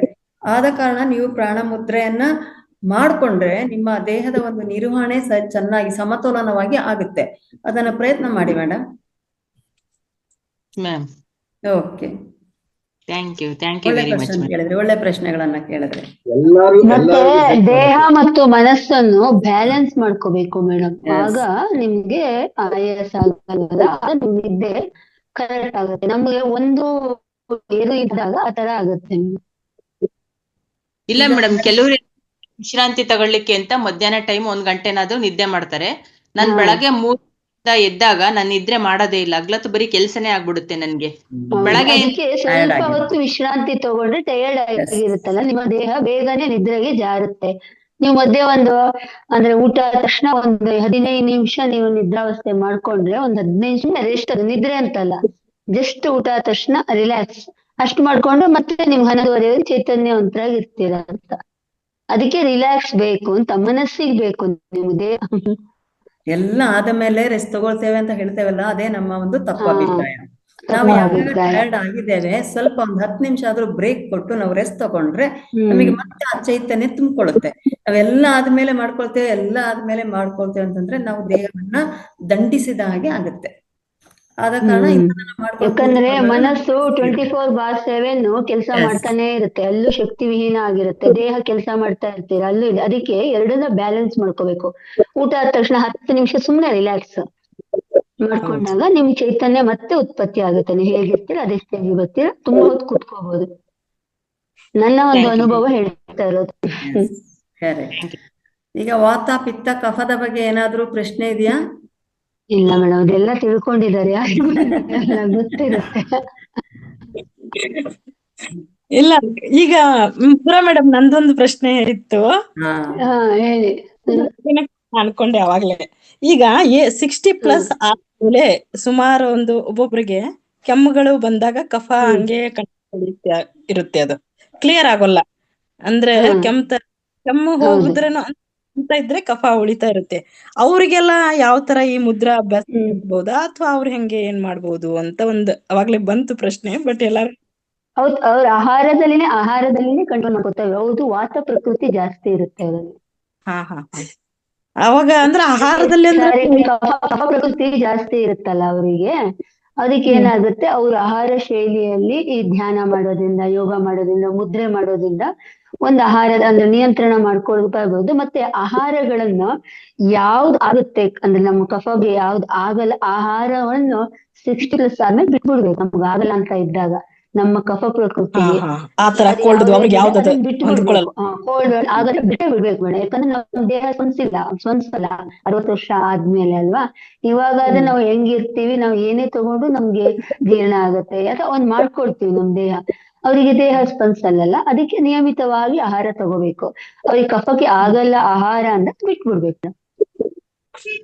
ಆದಷ್ಟು ಬಿಸಿ ನೀರು ಕುಡಿಯೋದು, ಕಷಾಯ ಅವರೇ ನೋಡ್ಕೋಬೇಕು. ಅವ್ರ ದೇಹ ಪ್ರಕೃತಿ ಅವ್ರೇ ಅನಲೈಸ್ ಮಾಡ್ಕೋಬೇಕು. ನನಗೆ ಯಾವ ಆಹಾರ ಆಗಲ್ಲ, ನಾನು ಯಾವ್ದು ತಿಂದ್ರೆ ನನ್ ಕಫ ಜಾಸ್ತಿ ಆಗ್ತಾ ಇದೆ ಅಂತ. ಅವ್ರು ಸ್ವಲ್ಪ ಬಿಸಿ ನೀರು ಕುಡಿಯೋದು, ಅವ್ರದ್ದು ಕಫ ಪ್ರಕೃತಿ ಆದ್ರೆ ಸ್ವಲ್ಪ ಬಿಸಿ ನೀರು ಕುಡಿಯೋದು, ಕಷಾಯ ಕುಡಿಯೋದು, ಅದೆಲ್ಲ ಮಾಡ್ತಾ ಮಾಡ್ತಾ ಮಾಡ್ತಾ ಅವ್ರಿಗೆ ಕಫ ಕಡಿಮೆ ಆಗ್ತಾ ಹೋಗುತ್ತೆ. ಅವ್ರು ಬ್ಯಾಲೆನ್ಸ್ ಆಗುತ್ತೆ ಮತ್ತೆ. Thank you madam. ಒಬ್ರು ಮೆಸೇಜ್ ಹಾಕಿದ್ದಾರೆ, ನೆಗೆಟಿವಿಟಿಯಿಂದ ಹೊರಗೆ ಬರ್ಬೇಕಾದ್ರೆ ಯಾವ ಮುದ್ರೆಯನ್ನು ಮಾಡ್ಬೇಕು ಅಂತ. ಧ್ಯಾನ ಎಲ್ಲದಕ್ಕೂ ಮೂಲ ಧ್ಯಾನ ಮುದ್ರೆಯಲ್ಲಿ ಧ್ಯಾನವನ್ನ ಮಾಡಿದ್ರೆ ಎಲ್ಲ ನೆಗೆಟಿವಿಟೀಸ್ ಹೊರಗೆ ಬರ್ತವೆ. ನಮ್ಮ ಪಾಸಿಟಿವ್ ಥಿಂಕಿಂಗ್ಗೆ ನಮ್ಮಲ್ಲಿ ಅಳವಡಿಸ್ಕೊಳ್ಳುವಂಗೆ ಆಗುತ್ತೆ. Thank you very much. ಪ್ರಶ್ನೆಗೆ ಅದೇ ಹೇಳೋದು, ಪ್ರಶ್ನೆಗಳು ಬರಬೇಕು ಅಂತ ಇದಕ್ಕೆ ಹೇಳೋದು. Okay, Sharada Patil ma'am. ನಮಸ್ತೆ ಮೇಡಮ್. ನಮಸ್ತೆ ಮುದ್ರಾ ಮೇಡಮ್. ಮುದ್ರಾ ಮೇಡಮ್, ಇದು ನಾನು ಅದನ್ನೇ ಕೇಳ್ಬೇಕಂತಿದ್ದೆ. ಶೈಲಜಾ ಮೇಡಮ್ ಕೇಳಿದ್ದು. ಈಗ ಅಸ್ತಮ ಅದು ಕಫ ಪ್ರಕೃತಿನೇ ತೋರ್ಸುತ್ತಲ್ವಾ ಮೇಡಮ್? ಹೌದು, ಕಫ ಪ್ರಕೃತಿ ಅಸ್ತಮ ಇದ್ದವ್ರಿಗೆ ಕಫನೇ ಅದು. ಅಲ್ಲಿ ಇವಾಗ madam Sharada Patil madam madam ಅವರು ವಾತ ಪಿತ್ತ ಕಫ ಅಂತ ಹೇಳಿದಾಗ ತುಂಬಾ ಚೆನ್ನಾಗಿ ಎಕ್ಸ್ಪ್ಲೈನ್ ಮಾಡಿದ್ರು. ಯಾವ ಯಾವ ವಿಧಾನ, ಈಗ ಮತ್ತೊಮ್ಮೆ ಹೇಳಿ, ಶೈಲಜಾ ಮೇಡಮ್ ಪ್ರಶ್ನೆ ಕೇಳಿದಾಗ ಸಹ ತುಂಬಾ ಚೆನ್ನಾಗಿ ಹೇಳಿದ್ರು. ಏನು ಅಂತಂದ್ರೆ ನಮಗೆ ಯಾವುದು ತಿಂದಾಗ ಆಗುದಿಲ್ಲ ಅಂತ ಆಗುತ್ತೆ ಕಫ. ಈಗ ಪೇರಳೆ ಹಣ್ಣು ಬಹಳ ವೈಟಮಿನ್ ವ್ಯಾಲ್ಯೂಸ್ ಅಲ್ಲಿ ಬಹಳ ಒಳ್ಳೇದು ಹೇಳ್ತಾರೆ, ಬಟ್ ಅದನ್ನ ತಿಂದ ತಕ್ಷಣ ಅದು ಆಗುದಿಲ್ಲ. ಅದಕ್ಕೆ ಕೆಲವರು ಉಪ್ಪು ಹಾಕಿ ತಿಂತಾರೆ, ಕೆಲವರು ಅದನ್ನು ವರ್ಜಿತ ಮಾಡ್ತಾರೆ. ಸೊ ಆ ತರ, ಅಥವಾ ನಾವು ಹೊರಗೆ ಹೋದಾಗ ಯಾವುದು ನಮಗೆ ಅಲರ್ಜಿ ಅಂತದನ್ನ ನಾವು ಗಮನಿಸ್ಕೊಂಡ್ರೆ ನಮ್ಮ ಆರೋಗ್ಯನ ನಾವು ಕಾಪಾಡ್ಕೊಳ್ಬಹುದು. ಮೇಡಮ್ ಅವರು ಅದನ್ನೇ ಹೇಳಿದ್ದು. ಹೇಳಿ ಮೇಡಮ್, ಮಧುರಾ ಮೇಡಮ್, ನೀವೇನಾದ್ರೂ ಹೇಳಿ. ಕ್ವಶನ್ ಕಂಟಿನ್ಯೂ ಮಾಡಿ. ಅದೇ ಮೇಡಮ್, ಇಲ್ಲ ಅದೇ ಒಂದಷ್ಟು ಅವ್ರ ಇವಾಗ ಒಂದೆರಡು ಮಾತಲ್ಲಿ ಅವ್ರ ದಿನಚರಿ ಹೆಂಗಿರ್ಬೇಕು, ಊಟ ಅದೆಲ್ಲ ಹೇಳಿದ್ರಲ್ಲ ಮೇಡಮ್, ಅದನ್ನೇ ಕೇಳೋಣ. ಅದೇ ಮೇಡಮ್, ಅದಕ್ಕೆ ದಿನಚರಿ ಒಂದು ಅವ್ರೇ ಮಾಡ್ಕೋಬೇಕು. ಯಾವ ತರ ನನ್ನ ಪ್ರಕೃತಿ ಯಾವ್ಗೆ ಇದೆ, ಯಾವ್ದಕ್ ಸ್ಪಂದಿಸ್ತಾ ಇದೆ, ನಾ ಯಾವ ಗುಣದಲ್ಲಿ ಇದೀನಿ ಅಂತ ತಿಳ್ಕೊಬೇಕು. ಅವ್ರ ಆಹಾರದಲ್ಲಿ ಅದನ್ನ ಕಂಟ್ರೋಲ್ ಮಾಡ್ಕೊಳ್ತಾ ಬರ್ಬೇಕು ಮೇಡಮ್. ಇಲ್ಲ ಅಂದ್ರೆ ವ್ಯತ್ಯಾಸವಾಗಿ ತಗೊಂಡ್ರೆ ಅಂದ್ರೆ ಜೀರ್ಣಕ್ರಿಯೆ ಪ್ರಾಬ್ಲಮ್ ಆಗುತ್ತೆ. ಒಂದಲ್ಲ ಒಂದು ಅಂದ್ರೆ ಆಯುರ್ವೇದದಲ್ಲಿ ಹೇಳೋದಂದ್ರೆ 3 ನಮಗ್ ಬೇಕೇ ಬೇಕು ನಮ್ ದೇಹಕ್ಕೆ, ವಾತ ಪಿತ್ತ ಕಫ. ಅದಿಲ್ಲ ಅಂದ್ರೆ ಆಗಲ್ಲ, ಅದು ರೋಗಗಳು ಬರ್ತಾ ಇರುತ್ತೆ. ಅವು 3 ನಮ್ ದೇಹದಲ್ಲಿ ಇರ್ಲೇಬೇಕು, ವಾತ ಪಿತ್ತ ಕಫ. ಅದನ್ನ ಬ್ಯಾಲೆನ್ಸ್ ಮಾಡ್ಕೋಬೇಕು, ಎಲ್ಲದೂ ಸಮವಾಗಿರ್ಬೇಕು ಅಂತ ಹೇಳ್ತಾರೆ. ಅದಿಲ್ಲ ಅಂದಾಗ ಈ ತರ ರೋಗಗಳು ಬರ್ತಾ ಇರುತ್ತೆ. ಮ್ಯಾಮ್ ಅವರು ಹ್ಯಾಂಡ್ ರೈಸ್ ಮಾಡಿದ್ದಾರೆ, ಕಮಲಾ ಮ್ಯಾಮ್. ಮೇಡಮ್ ಪ್ರಶ್ನೆ ಹೇಳಿ ಮೇಡಮ್. ಇನ್ನೊಂದು ವೆಂಕಟರಮಣ ಸರ್ಗೆ ನಾವು ಸ್ವಲ್ಪ ಬೇಗ ಕೇಳಿದ್ರೆ ಒಳ್ಳೇದು ಮ್ಯಾಮ್, ಯಾಕಂದ್ರೆ ಟೈಮ್ ಆಯ್ತು ಧ್ಯಾನಕ್ಕೆ. ಇನ್ನೊಬ್ರು ಇದ್ದಾರೆ. ಓಕೆ, ಹೇಳಿ, ಕೇಳಿ ಮ್ಯಾಮ್. ಇವಾಗ ಮುದ್ರಾ ಹೇಳಿವ್ರಿ, ಯೋಗ ಮಾಡಿ ಆಮೇಲೆ ಮುದ್ರಾ ಮಾಡ್ರಿ ಅಂತ ಹೇಳಿ. ಬೆಳಗ್ಗೆ ಯೋಗ ಮಾಡಿಸ್ಬೇಕಾರೆ ಒಂದಷ್ಟು ಆದಿ ಮುದ್ರೆ ಮತ್ತೆ ಚಿನ್ಮುದ್ರೆ 2 ಮಾಡಿಸ್ತಾರೆ. ಅದು ಬಿಟ್ರೆ ನಾವ್ ನಾರ್ಮಲ್ ಏನು ನಮಗ್ ಪ್ರಾಬ್ಲಮ್ ಇಲ್ಲ ಅಂತಾದ್ರೂ ನಾವ್ ಯಾವ್ದನ್ ಮಾಡ್ಬೇಕು, ಏನ್ ಮಾಡ್ಕೋಬೇಕು ಅಂತ ಕೇಳೋದು. ಆದಷ್ಟು ಮೇಡಮ್ ಅವರೇ, ಆದಷ್ಟು ನೀವು ದಿನ ಧ್ಯಾನ ಮುದ್ರೆ ಮತ್ತೆ ಅಪಾನ ವಾಯು ಮುದ್ರೆ ಬೇಕಾದ್ರೆ ಮಾಡೋದು, ಏನು ಪ್ರಾಬ್ಲಮ್ ಇಲ್ಲ ಅಂತ. ಬರೀ ಧ್ಯಾನ ಮುದ್ರೆ ಒಂದು ಮಾಡಿದ್ರೆ, ಇದು ಮುದ್ರೆಗಳಿಗೆಲ್ಲ ರಾಜ ಮುದ್ರೆ. ಇದು ರಾಜ ಇದ್ದಂಗೆ, ಎಲ್ಲದಕ್ಕೂ ಸಂಬಂಧಪಟ್ಟಂಗೆ ಇದೊಂದು ಮುದ್ರೆ ನೀವು ಮಾಡಿದ್ರೇನೆ ಕರೆಕ್ಟ್ ಆಗಿ ಒಂದು ಮುದ್ರೆ ಮಾಡಿದ್ರೆ ಸಾಕು. ಇದು ರಾಜ ಮುದ್ರೆ ಅಂತ ಕರಿತೀವಿ ನಾವು ಮುದ್ರೆಗಳಲ್ಲಿ. ಅದು 15 ನಿಮಿಷ ಮಾಡ್ಬೇಕಾ ಸರ್? ಬೆಳಗ್ಗೆ ಮಾಡಿಸ್ತೀರಲ್ಲ ಅದಷ್ಟೇ ಸಾಕಾ ಅಂತ ಇಲ್ಲ, ನಾನು ಬರೀ ನಿಮ್ಗೆ ತೋರ್ಸ್ಕೊಡ್ತೀನಿ ಅಷ್ಟೇ. ನೀವು ಬೇರೆ ಟೈಮಲ್ಲಿ ಮಾಡಿ ಅಂತ ಹೇಳ್ತೀನಿ. ಯೋಗ ಕೂಡ ಅಷ್ಟೇ. ನಾನು ಒಂದೊಂದು ಆಸನ ಮಾಡಿದಾಗ ಕನಿಷ್ಠ ಪಕ್ಷ ನೀವು 2 ನಿಮಿಷ ಆ ಯೋಗ ಪೊಸಿಷನ್ ಅಲ್ಲೇ ಇರ್ಬೇಕು. ಆದ್ರೆ ನಮ್ಗೆ ಅಲ್ಲಿ ಸಾಕಾಗಲ್ಲ, ಬರೀ 10 ಸೆಕೆಂಡ್ 15 ಸೆಕೆಂಡ್ ಮಾತ್ರ ಇಡ್ತೀವಿ. ನೀವು ಒಂದೊಂದು ಯೋಗಾಸನ ಮಾಡಿದಾಗ ಕೂಡ ಪ್ರತಿಯೊಂದು ಆಸನದಲ್ಲೂ 2 ನಿಮಿಷ ಅದೇ ಪೊಸಿಷನ್ ಅಲ್ಲಿ ಇರೋಂಗೆ ನೀವು ಪ್ರಾಕ್ಟೀಸ್ ಮಾಡಿ ಅಂತ ಹೇಳ್ತಾ ಇರ್ತೀನಿ. ನೀವು ಮಾಡ್ಕೊಳ್ಳಿ ಅಂತ ಹೇಳ್ತೀನಿ ನಾನು ಪದೇ ಪದೇ. ಮತ್ತೆ ಮುದ್ರೆನೂ ಅಷ್ಟೇ, 40-20 ನಿಮಿಷ ಮೇಲೆ ಕನಿಷ್ಠ ಪಕ್ಷ 40 ನಿಮಿಷದವರೆಗೂ ಮಾಡಿ. ನಿಮ್ಗೆ ಅದರ ಒಳ್ಳೆ ಅನುಭವ ಬರ್ತದೆ. ಆಮೇಲೆ ಇನ್ನೊಂದು, ಯೋಚನೆ ಏನೂ ಇರಬಾರ್ದು, ಏಕಾಗ್ರತೆಯಿಂದ ಮುದ್ರೆ ಮಾಡಬೇಕು. ಅದೊಂದು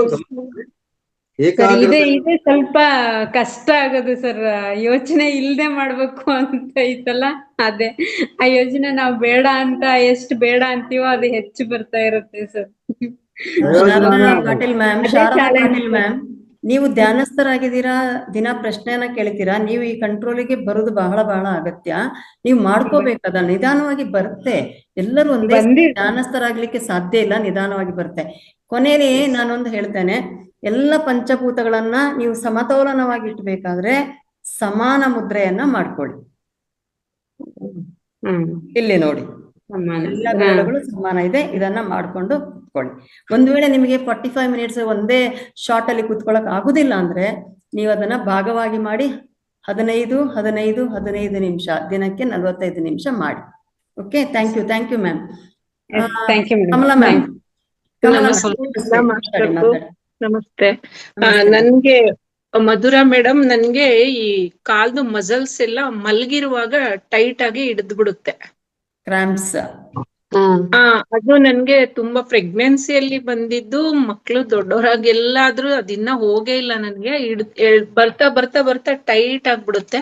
ಅದು ವಾತ ಸಂಧಿ ನೋವು ಅಂತಿರಲ್ಲ, ಅದಕ್ಕೆ ಸಂಬಂಧಪಟ್ಟಂಗೆ ನಾ ಏನು ಅಂತ ಅದು ವಾತದಿಂದ ಬರೋದು ಮೇಡಮ್, ವಾತ.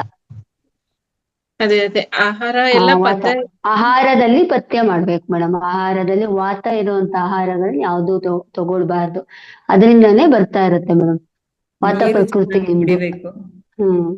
ಚೆನ್ನಾಗಿ ಕುಡಿಬೇಕು. ಆಮೇಲೆ ಒಂದ್ ಸ್ವಲ್ಪ ಅಂದ್ರೆ ಒಳ್ಳೆ ಆಹಾರಗಳನ್ನ, ಪೌಷ್ಟಿಕವಾದ ಆಹಾರವನ್ನೇ ತಗೋಬೇಕು. ಶಕ್ತಿದಾಯಕವಾದ ಕ್ಯಾಲ್ಸಿಯಂ ಭರಿತ ಆಹಾರ ಅಂತ ಹೇಳ್ತೀವಲ್ಲ, ಅದು ಸ್ವಲ್ಪ ರಾತ್ರಿ ಎಳ್ಳು, ಬೆಲ್ಲ ಇರ್ಬೋದು, ಆಮೇಲೆ ಕಾಯಿ, ಒಣ ಕೊಬ್ಬರಿ ಇರ್ಬೋದು, ಆ ತರದೆಲ್ಲ ತಗೊಳ್ತಾ ನೀವೇನಾಗುತ್ತೆ, ನಿಮ್ದು ಸ್ವಲ್ಪ ವಾತಗಳು ಕಡಿಮೆ ಆಗ್ತಾ ಬರುತ್ತೆ, ಶಕ್ತಿ ವಿಹೀನ ಆಗ್ತಾ ಇರುತ್ತಲ್ಲ.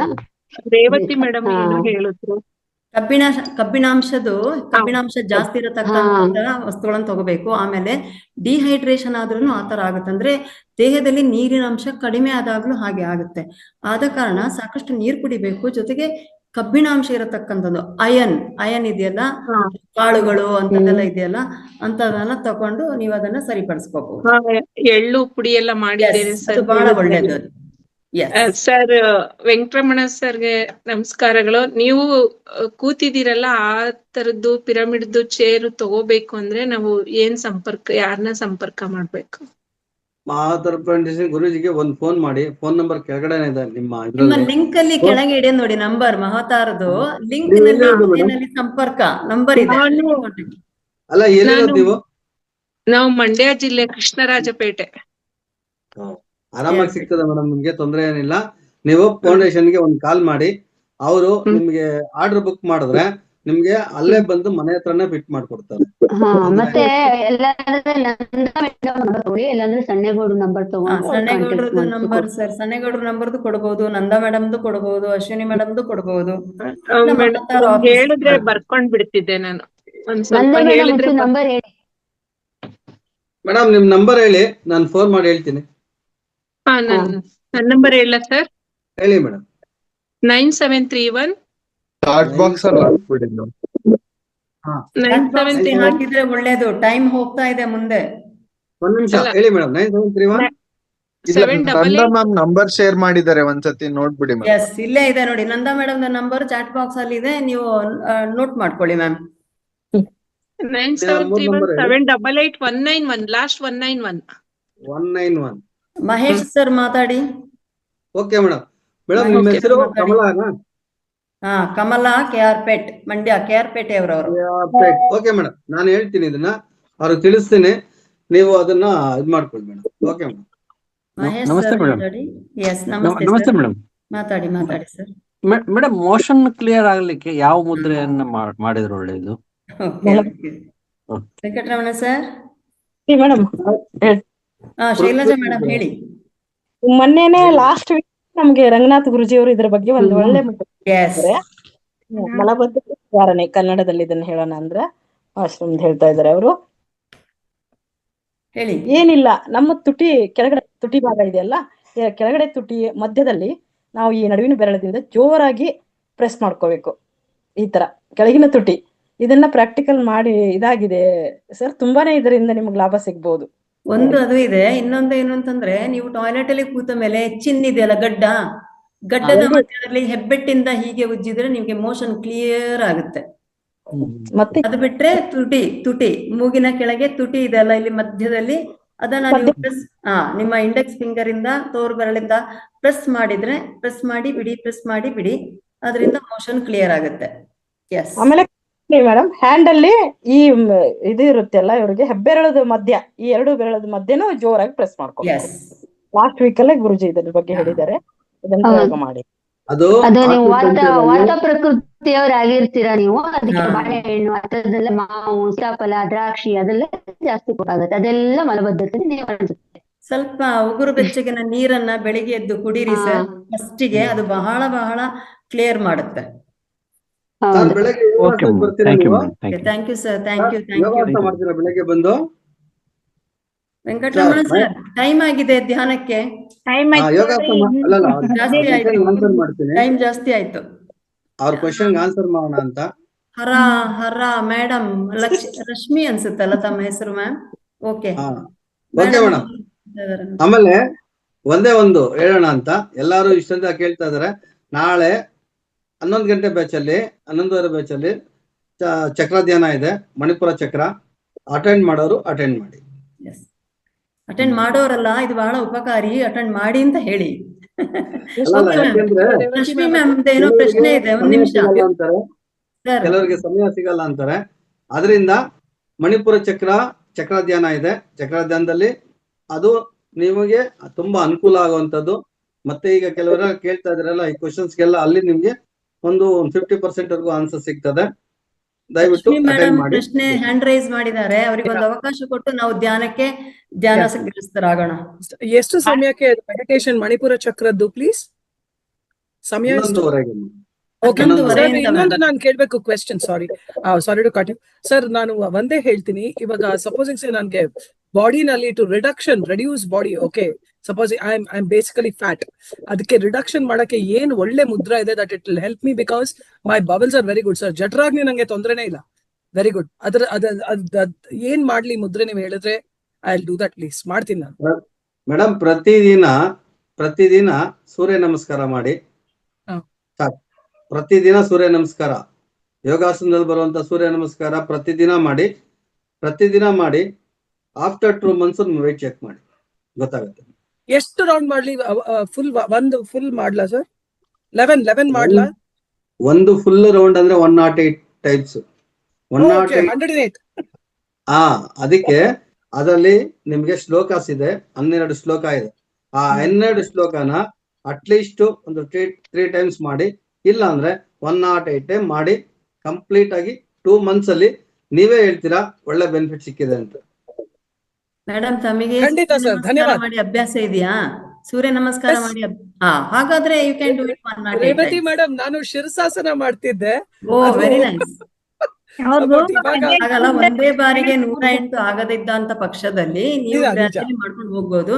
But you are already in surya namaskar ಅಂತದಲ್ಲ ಅಂತಂದ್ರೆ you can do it 108 times. ಇಲ್ಲ ರೇವತಿ ಮ್ಯಾಮ್, ಅದು ಕಸರತ್ ಮಾಡಿ ಬಿಟ್ರೆ ನಂತರ ಆಗ್ತಾರೆ, ನಾನೇ ಸಾಕ್ಷಿ.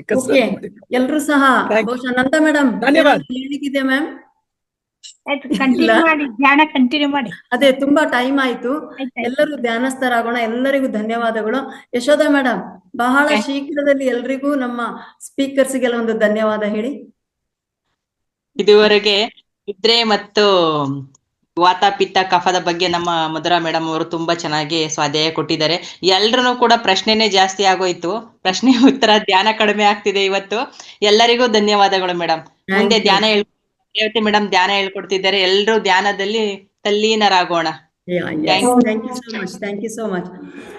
ಎಲ್ಲ ಮಾಸ್ಟರ್ಸ್, ಎಲ್ರಿಗೂ ಅನುಭವ ಇದೆ. ಧ್ಯಾನಕ್ಕೆ ಕೂತ್ಕೊಂಡು ನಿಯಮಾನುಸಾರ ತಾವು ಧ್ಯಾನಕ್ಕೆ ಸಿದ್ಧರಾಗಿ ಎಲ್ಲರೂ ಒಂದು ಲೋಟ ನೀರನ್ನ ಕುಡಿಯಿರಿ. ಒಂದು ಲೋಟ ನೀರನ್ನ ಪಕ್ಕದಲ್ಲಿ ಇಟ್ಕೊಂಡು ಧ್ಯಾನದ ನಂತರ ನೀರನ್ನ ಸೇವಿಸಿ. ಇದರಿಂದಾಗಿ ಅದರಲ್ಲಿ ಪ್ರಾಣಶಕ್ತಿ ತುಂಬಿ ಆ ನೀರನ್ನ ಕುಡಿದಾಗ ನಮ್ಮ ಶರೀರಕ್ಕೂ ಪ್ರಾಣಶಕ್ತಿ ದೊರೆತಂದಾಗುತ್ತೆ. ಕೆಲವೊಮ್ಮೆ ನಾವು ಧ್ಯಾನ ಮಾಡುವಾಗ ನಮಗೆ ಎನರ್ಜಿ ಸಹ ಜಾಸ್ತಿಯಾಗಿ ಬಾಯಾರಿಕೆ ಆಗುವ ಸಂದರ್ಭನೂ ಇರುವ ಕಾರಣ ದಯಮಾಡಿ ಧ್ಯಾನದ ನಂತರ ಒಂದು ಲೋಟ ನೀರನ್ನ ಸೇವನೆಯನ್ನ ಮಾಡಿ. ಕನ್ನಡಕ ಧರಿಸಿದಂತ ಪಕ್ಷದಲ್ಲಿ ದಯಮಾಡಿ ತಮ್ಮ ಕನ್ನಡಕವನ್ನ ತೆಗೆದು ಪಕ್ಕದಲ್ಲಿ ಇಟ್ಟುಕೊಳ್ಳಿ. ಧ್ಯಾನದ ನಂತರ ಆ ಕನ್ನಡಕವನ್ನ ಧರಿಸ್ಕೊಳ್ಳಿ.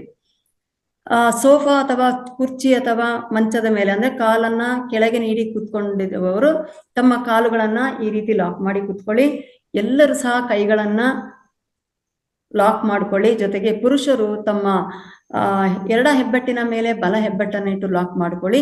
ಮಹಿಳೆಯರು ತಮ್ಮ ಬಲ ಹೆಬ್ಬೆಟ್ಟಿನ ಮೇಲೆ ಎಡ ಹೆಬ್ಬೆಟ್ಟನ್ನ ಇಟ್ಕೊಂಡು ಲಾಕ್ ಮಾಡ್ಕೊಳ್ಳಿ. ಇದರಿಂದ ನಮ್ಮ ಸಬ್ ಕಾನ್ಶಿಯಸ್ ಮೈಂಡ್ ಆಕ್ಟಿವ್ ಆಗುತ್ತೆ. ಓಕೆ, ನೆಕ್ಸ್ಟ್ ಯಾರಾದ್ರೂ ಕೆಳಗೆ ಕೂತ್ಕೊಂಡು ಧ್ಯಾನ ಮಾಡುವವರಿದ್ದಂತ ಪಕ್ಷದಲ್ಲಿ ಕೇವಲ ಖಾಲಿ ನೆಲದಲ್ಲಿ ಕೂತ್ಕೊಳ್ಬೇಡಿ. ಅದರ ಮೇಲೆ ತಾವು ಕೂತ್ಕೊಳ್ಳುವ ನೆಲದ ಮೇಲೆ ಒಂದು ಮ್ಯಾಟ್ ಅಥವಾ ಒಂದು ಮೃದುವಾದ ಬಟ್ಟೆಯನ್ನು ಇಟ್ಕೊಂಡು ಅದ್ರ ಮೇಲೆ ಕೂತ್ಕೊಳ್ಳಿ. ಎಲ್ಲರೂ ಸಹ ತಮ್ಮ ಬೆನ್ನು ಮತ್ತೆ ಕುತ್ತಿಗೆಯನ್ನ ನೆಟ್ಟಗಿಟ್ಟುಕೊಂಡು ತಮ್ಮ ಎರಡೂ ಕಣ್ಣುಗಳನ್ನ ಮೃದುವಾಗಿ ಮುಚ್ಚಿಕೊಳ್ಳಿ. ಶರೀರದಾಗ್ಲಾಗ್ಲಿ ಅಥವಾ ಕಣ್ಣಲ್ಲಾಗ್ಲಿ ಅಥವಾ ಮನಸ್ಸಿನಲ್ಲಿ ಆಗ್ಲಿ ಯಾವುದೇ ಬಿಗಿತ್ವ ಬೇಡ, ಯಾವುದೇ ಆಲೋಚನೆ ಬೇಡ, ಯಾವುದೇ ದ್ವಂದ್ವ ಗೊಂದಲ ಸಹ ಬೇಡ. ನಾವು ಇವತ್ತು ಕೇವಲ 30 ನಿಮಿಷ ಮಾತ್ರ ಧ್ಯಾನವನ್ನ ಮಾಡೋಣ. ನಾವು ಮಾಡ್ತಾ ಇರತಕ್ಕಂಥ ಧ್ಯಾನ ಆನಾಪಾನ ಸತಿ ಧ್ಯಾನ. ಈ ಧ್ಯಾನವನ್ನ ನಾವು ಸಂಗೀತದೊಂದಿಗೆ ಮಾಡೋಣ. ಇಲ್ಲಿ ನಾವು ಧ್ಯಾನ ಮಾಡುವಾಗ ಮಾಡತಕ್ಕಂಥ ಒಂದೇ ಒಂದು ಕ್ರಿಯೆ ಏನು ಅಂತಂದ್ರೆ, ನಾವು ಮಾಡತಕ್ಕಂತಹ ಧ್ಯಾನ ಆನಾಪಾನ ಸತಿ ಧ್ಯಾನ. ಈ ಧ್ಯಾನವನ್ನ ನಾವು ಕೇವಲ ನಾವಾಡುವ ಉಸಿರನ್ನ ಗಮನಿಸುವುದರ ಮೂಲಕ ನಮ್ಮ ಧ್ಯಾನಕ್ಕೆ ಜಾರೋಣ ಅಥವಾ ನಾವೆಲ್ಲರೂ ಧ್ಯಾನಸ್ಥರಾಗೋಣ. ಮುಂದಿನ ಸೂಚನೆಯವರೆಗೆ ಯಾರು ಸಹ ಕಣ್ಣು ಬಿಡಬೇಡಿ.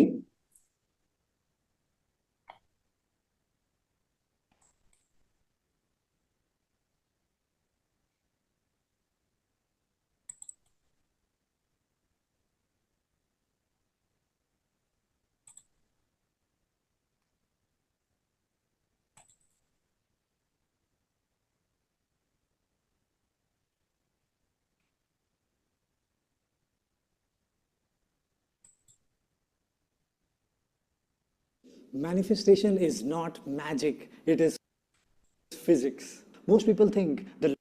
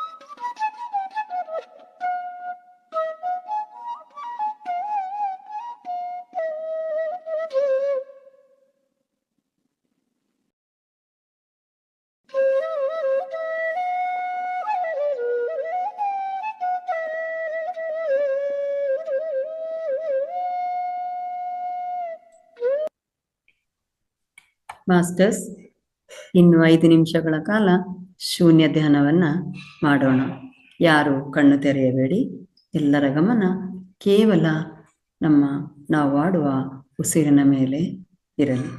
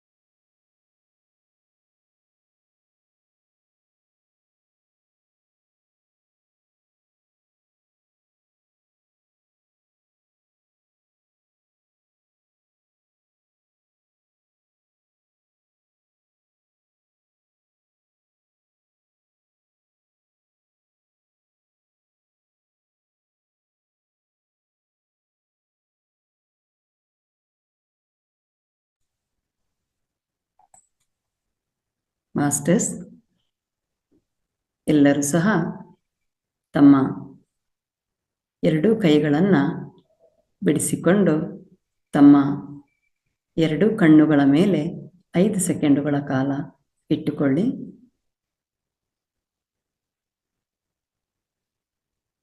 ಒಂದು, 2, 3, 4, 5. ನಿಧಾನವಾಗಿ ತಮ್ಮ ಎರಡೂ ಕೈಯ ಹಸ್ತವನ್ನು ನೋಡುತ್ತಾ ಎರಡೂ ಕಣ್ಣುಗಳನ್ನು ತೆರೆಯಿರಿ.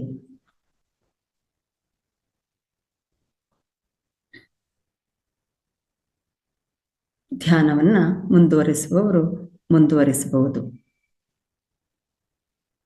ಧ್ಯಾನವನ್ನು ಮಾಡಿದ ಎಲ್ಲ ಧ್ಯಾನ ಬಂಧುಗಳಿಗೆ ಧನ್ಯವಾದಗಳು. ಹಾಗೆಯೇ ಈ ಧ್ಯಾನಕ್ಕೆ ಸಹಕರಿಸಿದ ಪ್ರಕೃತಿ ಮಾತೆ ಹಾಗೂ ನಮ್ಮ ದೇಹಕ್ಕೆ ಚಪ್ಪಾಳೆಯೊಂದಿಗೆ ಧನ್ಯವಾದವನ್ನು ಹೇಳೋಣ. ಮಾಸ್ಟರ್ಸ್, ನಾಳೆ ಇಂದಿನಂತೆ ಶನಿವಾರ ವಿಶೇಷ ಕಾರ್ಯಕ್ರಮ. ತಮ್ಮಲ್ಲಿರುವ ಕಲೆಯನ್ನು ಪ್ರದರ್ಶಿಸಲು ಅವಕಾಶ ಇದೆ. ದಯಮಾಡಿ ಎಲ್ಲರೂ ಸಹ ನಾಳೆ ತಮ್ಮ ಕಲೆ, ಹಾಡಿರ್ಬೋದು, ಮಿಮಿಕ್ರಿ ಇರ್ಬೋದು, ಜೋಕ್ ಇರ್ಬೋದು, ಕತೆ ಇರ್ಬೋದು, ಇದನ್ನು 1, 2 ಅಥವಾ ಜಾಸ್ತಿ ಅಂದರೆ 3 ನಿಮಿಷಕ್ಕೆ ಸೀಮಿತಗೊಳಿಸಿ ತಮ್ಮ ಕಲೆಯನ್ನು ಪ್ರದರ್ಶನ ಮಾಡಬೇಕು ಅಂತ ಕೇಳ್ಕೊಳ್ಳುತ್ತೇನೆ. ಆದರೆ ಅದರ ಮೊದಲು ಈ ಒಂದು ಧ್ಯಾನ ಹಾಗೂ ಸಮಗ್ರ ಸ್ವಾಸ್ಥ್ಯ ಕಾರ್ಯಕ್ರಮ ಹೇಗೆ ನಡೀತಾ ಇದೆ, ಇದರಿಂದ ತಮಗಾದ ಪ್ರಯೋಜನ ಏನು ಅಂತ ಹೇಳತಕ್ಕಂಥ ಒಂದು ಅನುಭವವನ್ನು ಈ ವೇದಿಕೆಯಲ್ಲಿ ಹಂಚಿಕೊಳ್ಳಬೇಕು ಅಂತ ಕೇಳಿಕೊಂಡು, ಮೊದಲಿಗೆ ಅನುಭವ ಹಂಚಿಕೆ, ತದನಂತರ ನಾವು ನಮ್ಮ ಕಲೆಯನ್ನು ಪ್ರದರ್ಶನ ಮಾಡಬಹುದು ಅಂತ ಹೇಳತಕ್ಕಂಥ ಅಂಶವನ್ನು ಗಮನಕ್ಕೆ ತರುತ್ತಾ ಇಂದಿನ ಈ ಕಾರ್ಯಕ್ರಮವನ್ನು ಇಲ್ಲಿಗೆ ಸಂಪನ್ನಗೊಳಿಸೋಣ. 9 ಗಂಟೆಯಿಂದ ಈವರೆಗೂ ಎಲ್ಲರೂ ಸಹ ಜ್ಞಾನವನ್ನು ಹಂಚಿದ್ದು, ತಮ್ಮ ಪ್ರಶ್ನೆಗಳನ್ನು ಕೇಳಿ ಅದನ್ನು ಹೆಚ್ಚಿನವನ್ನು ಅರ್ಥವನ್ನು ಪಡ್ಕೊಂಡಂಥದ್ದು, ಜ್ಞಾನವನ್ನು ಪಡ್ಕೊಂಡಂಥವರು ಹಾಗೂ ಎಲ್ಲರೂ ಒಟ್ಟಾಗಿ ಧ್ಯಾನವನ್ನು ಮಾಡಿದಂತಹ ಪ್ರತಿಯೊಬ್ಬರು ಮಾಸ್ಟರ್ಸಿಗೆ ನನ್ನ ಧನ್ಯವಾದಗಳನ್ನು ಹೇಳ್ತಾ ಇದ್ದೇನೆ. Thank you. ನಾವು ಕಾರ್ಯಕ್ರಮವನ್ನು ಸಂಪನ್ನಗೊಳಿಸೋಣ.